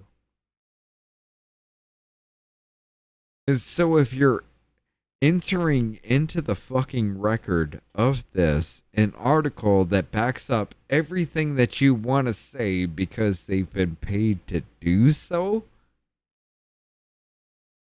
I'm sorry, I object. How hard is that, Republicans? How hard is that for any of you to sit here and say, you're trying to reference something that is straight up fucking lying to the American people? To back up your claim to a lie to the American people? I object. Come on, Luna. No objection. And I want to enter with no objection a letter that I wrote to Governor Gavin Newsom of California for the record. And I want to thank y'all so much for being here for our committee. We are getting out in record time. Everybody got their questions in, so we're good. And with that, and without objection, all members have 5 legislative days within which to submit materials and additional written questions for the witnesses, which will be forwarded to the witnesses. If there is no further business without objection, the subcommittee stands adjourned. All right, so we done. All right, Dave. Yo. Let's go for a little chat here for a second. We've been going for a minute. Now, let me see. We got the YouTube going on there. Oh, it's actually working. Look, it caught up. I love it. But, all right. SNAP benefits. Should they exist? I mean, it should be like, it should be just like Social Security. You get what you put into it.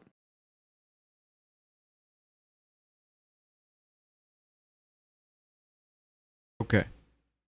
If you work a certain amount of time and you lose your job or you're in between jobs, yeah, you put into it, you paid your taxes, you paid some dues, and now it's like a savings plan. Now you get your money back.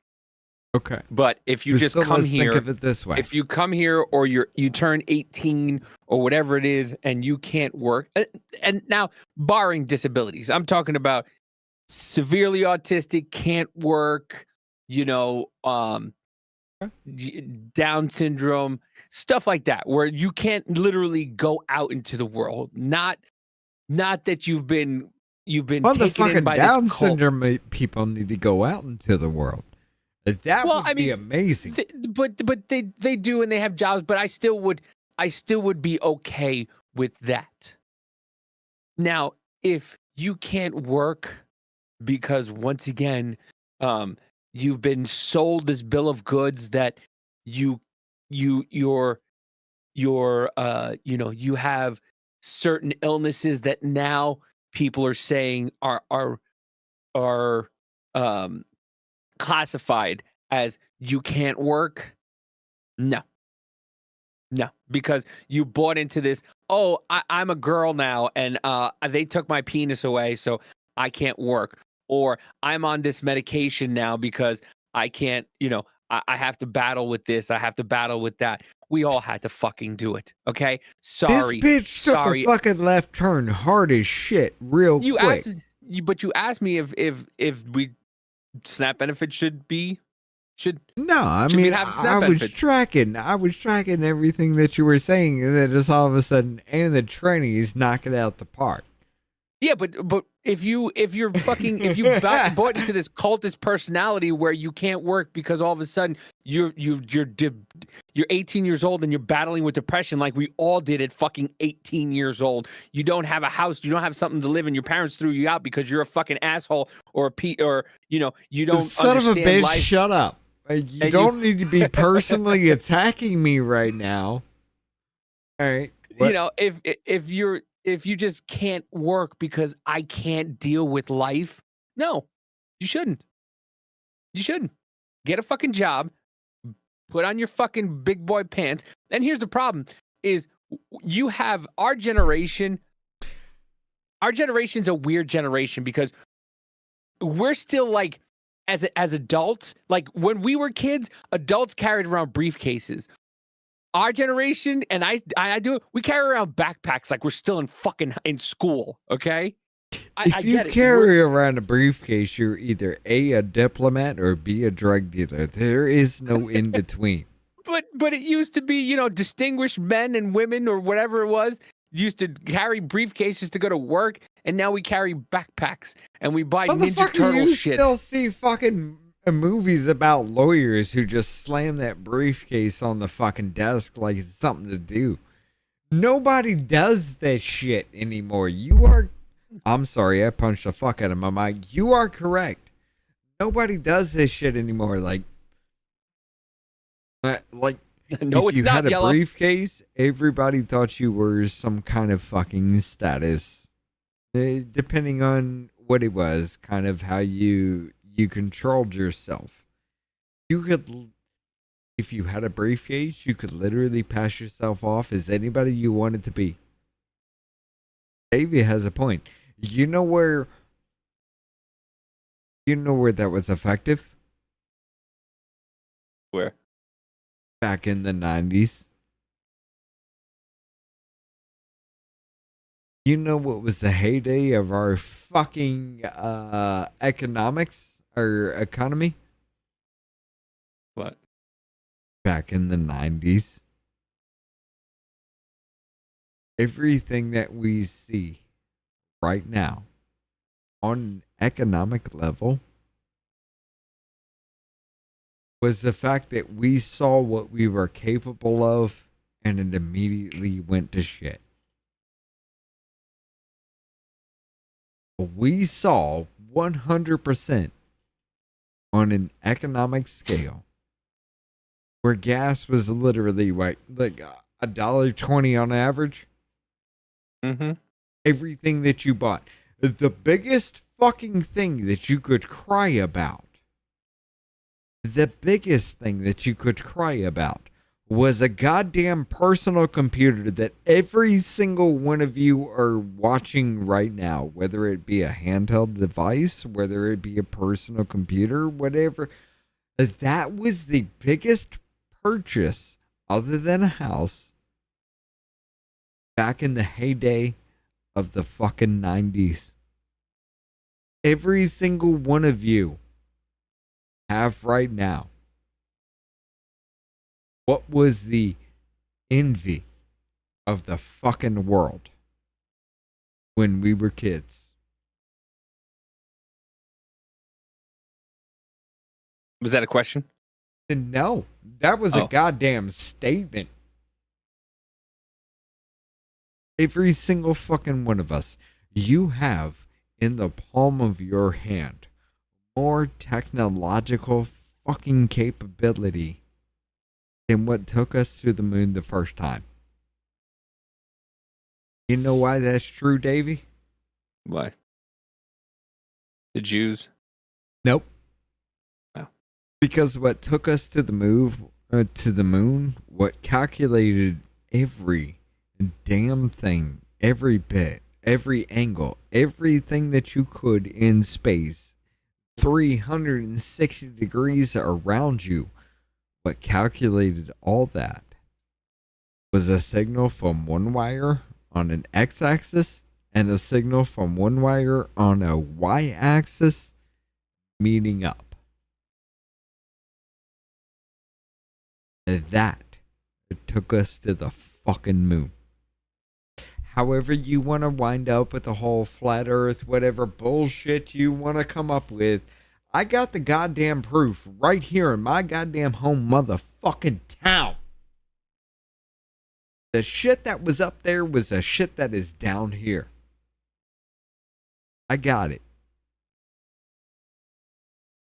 And when they say we have lost that technology, what they have talked about with we have lost that technology is going from an analog system is I send a signal on X, I send a signal on Y, and they meet up.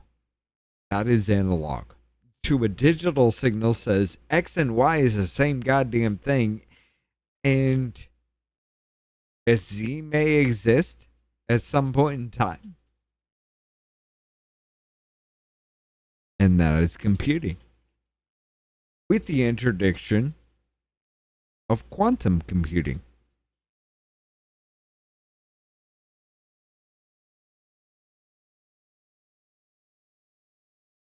I say all of that to sit here and tell you.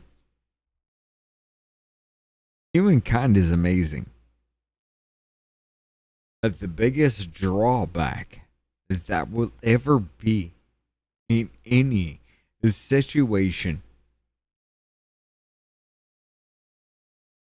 is IQ. How did we get here from SNAP benefits? I'm about to drive it home. And then we're going to end off on you. This is why I wanted to do this. I did not expect you to be here for this because this is not your normal day, but you're on vacation. Yeah. I get you. However, if a society is fed to at least its requirement, you produce a society who has enough calorie intake to keep up with the neuronic process. It's the best way I can put it. The neuronic process within the brain. Yeah, go ahead. Gotta pee. The neuronic process within the brain. Okay, this is the IQ is measured in the amount of time it takes for you to take new information into a belief system, integrated into what that belief system is, and produce an outcome from behind that. The faster you can do that, the higher the IQ.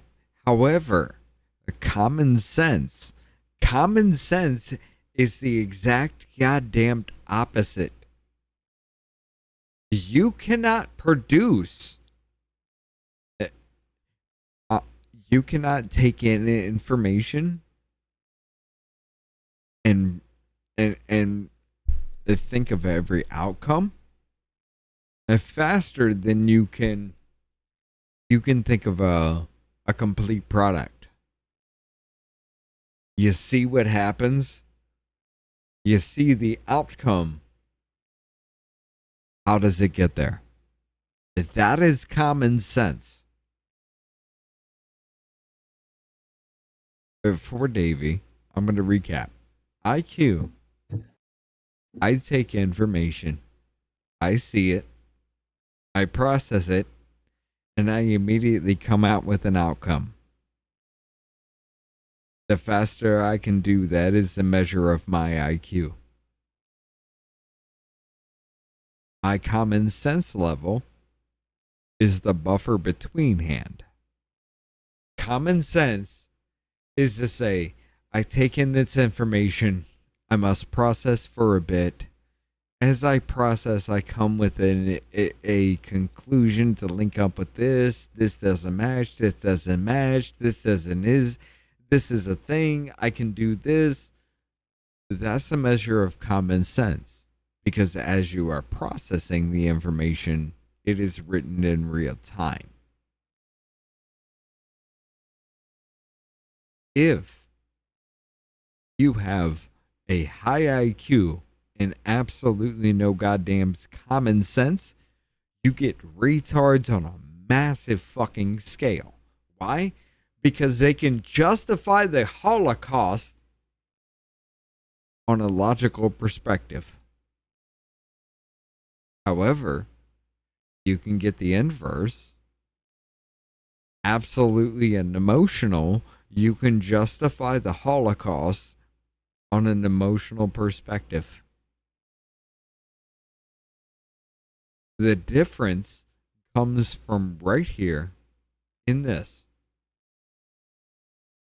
The difference comes from the whole fact of can you justify something logically and emotionally? If you can do so, that thought should be pushed more than so. If you can only function logically and not emotionally, emotionally, not logically. You lost me with the rest of the audience about 20 minutes ago. I understand. I'm completely lost at this point. I'm not gonna lie to you. Okay, cool. Let's bring it home like this, David. Yeah. If the amount of calories that you take in is directly proportional to the amount of neuronic energy being the passing of information and the amount of brain cells to hold the information but process information as well, whatever. The more you take in, the more you should be able to process, right? Yes. What happens when the amount of resources built does not meet up to the actual building?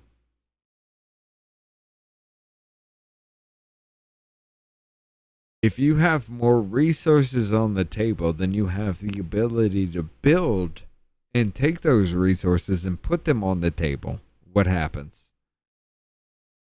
You have too much. There is a build-up, there is a buffer, right? If I can understand at the basic fucking level that build-up, that understanding, as far as if feeding somebody calories in, calories out, there should be an intelligence quotient that should happen roughly around my level, correct? I mean, the amount of fucking America's fat as fuck, and here's how I'm gonna bring it home. America is goddamn I know. I have to bring it to that level. America is fat as goddamn fuck all, right? So if the amount of calories in produces the amount of activity in the neuronical section is relatively proportionate, shouldn't America be goddamn the end-all be-all brainiac motherfuckers that we pretend to be? Yes. So why the fuck do we have fat-ass goddamn homeless men? Wendy's.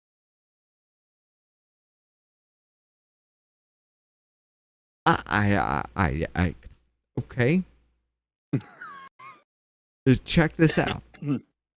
We have motherfuckers who don't have a goddamn thing to their name that are fatter than every single fucking one of you out there. They're the ones that are shooting heroin in the streets, smoking fucking crack on a goddamn daily basis. How are they fatter than the average fucking goddamn American?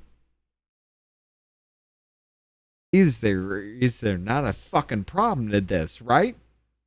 Yes. Okay. So maybe maybe the problem with EBT, the problem with food, the problem with actually giving everything to Americans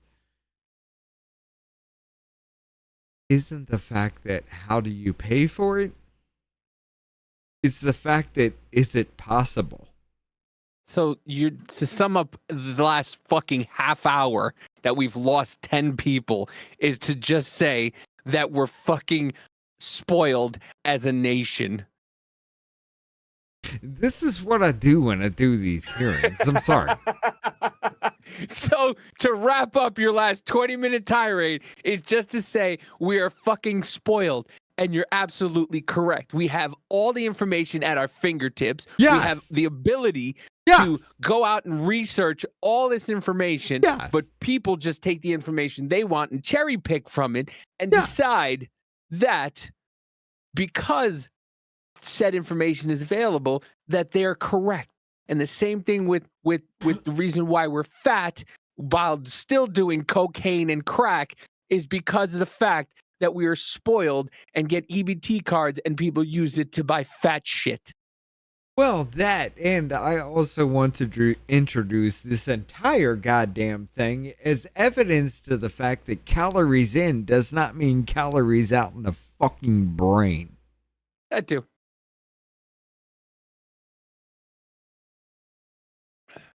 All right. I love you.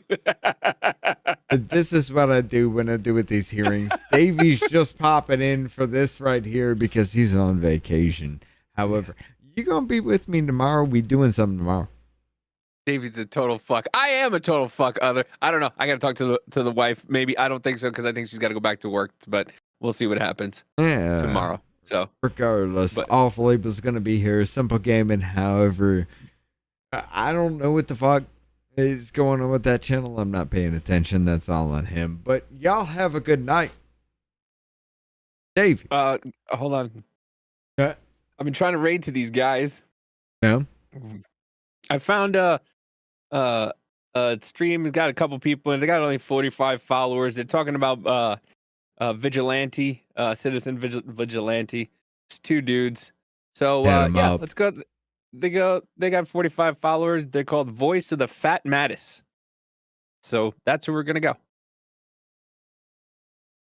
But I will be continue on Simple Game and playing the game because I've got a couple hours left to make up. So yeah, if you wanna, I'm gonna leave my channel open. I'm gonna go take a quick break and then I'll be back and probably play some Fortnite or something.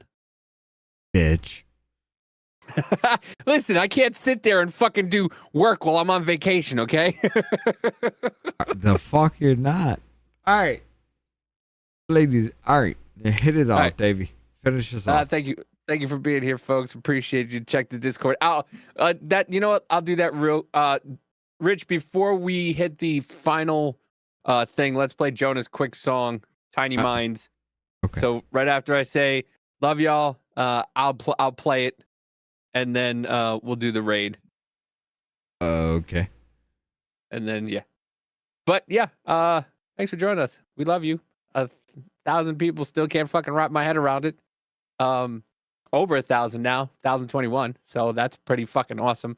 But yeah, we know you can be anywhere else, but you choose to be here with us. And for that, we love the fuck out of every single one of you. Richard? Appreciate the shit out of every single one of you. This channel's going to get insane. As things are playing out. Look. All right, so they can ballot harvest their fucking ass off, but what about birthright citizenship? We can ballot harvest off the homeless, but what about the illegals? That's coming up because Supreme Court still has to rule on that shit.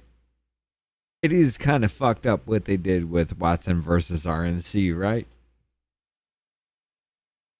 But until then, ladies and gentlemen, I appreciate the shit out of every single one of you. We're going to be back tomorrow. Davey may or may not be here, depending on what he wants to do. But we're going to be something.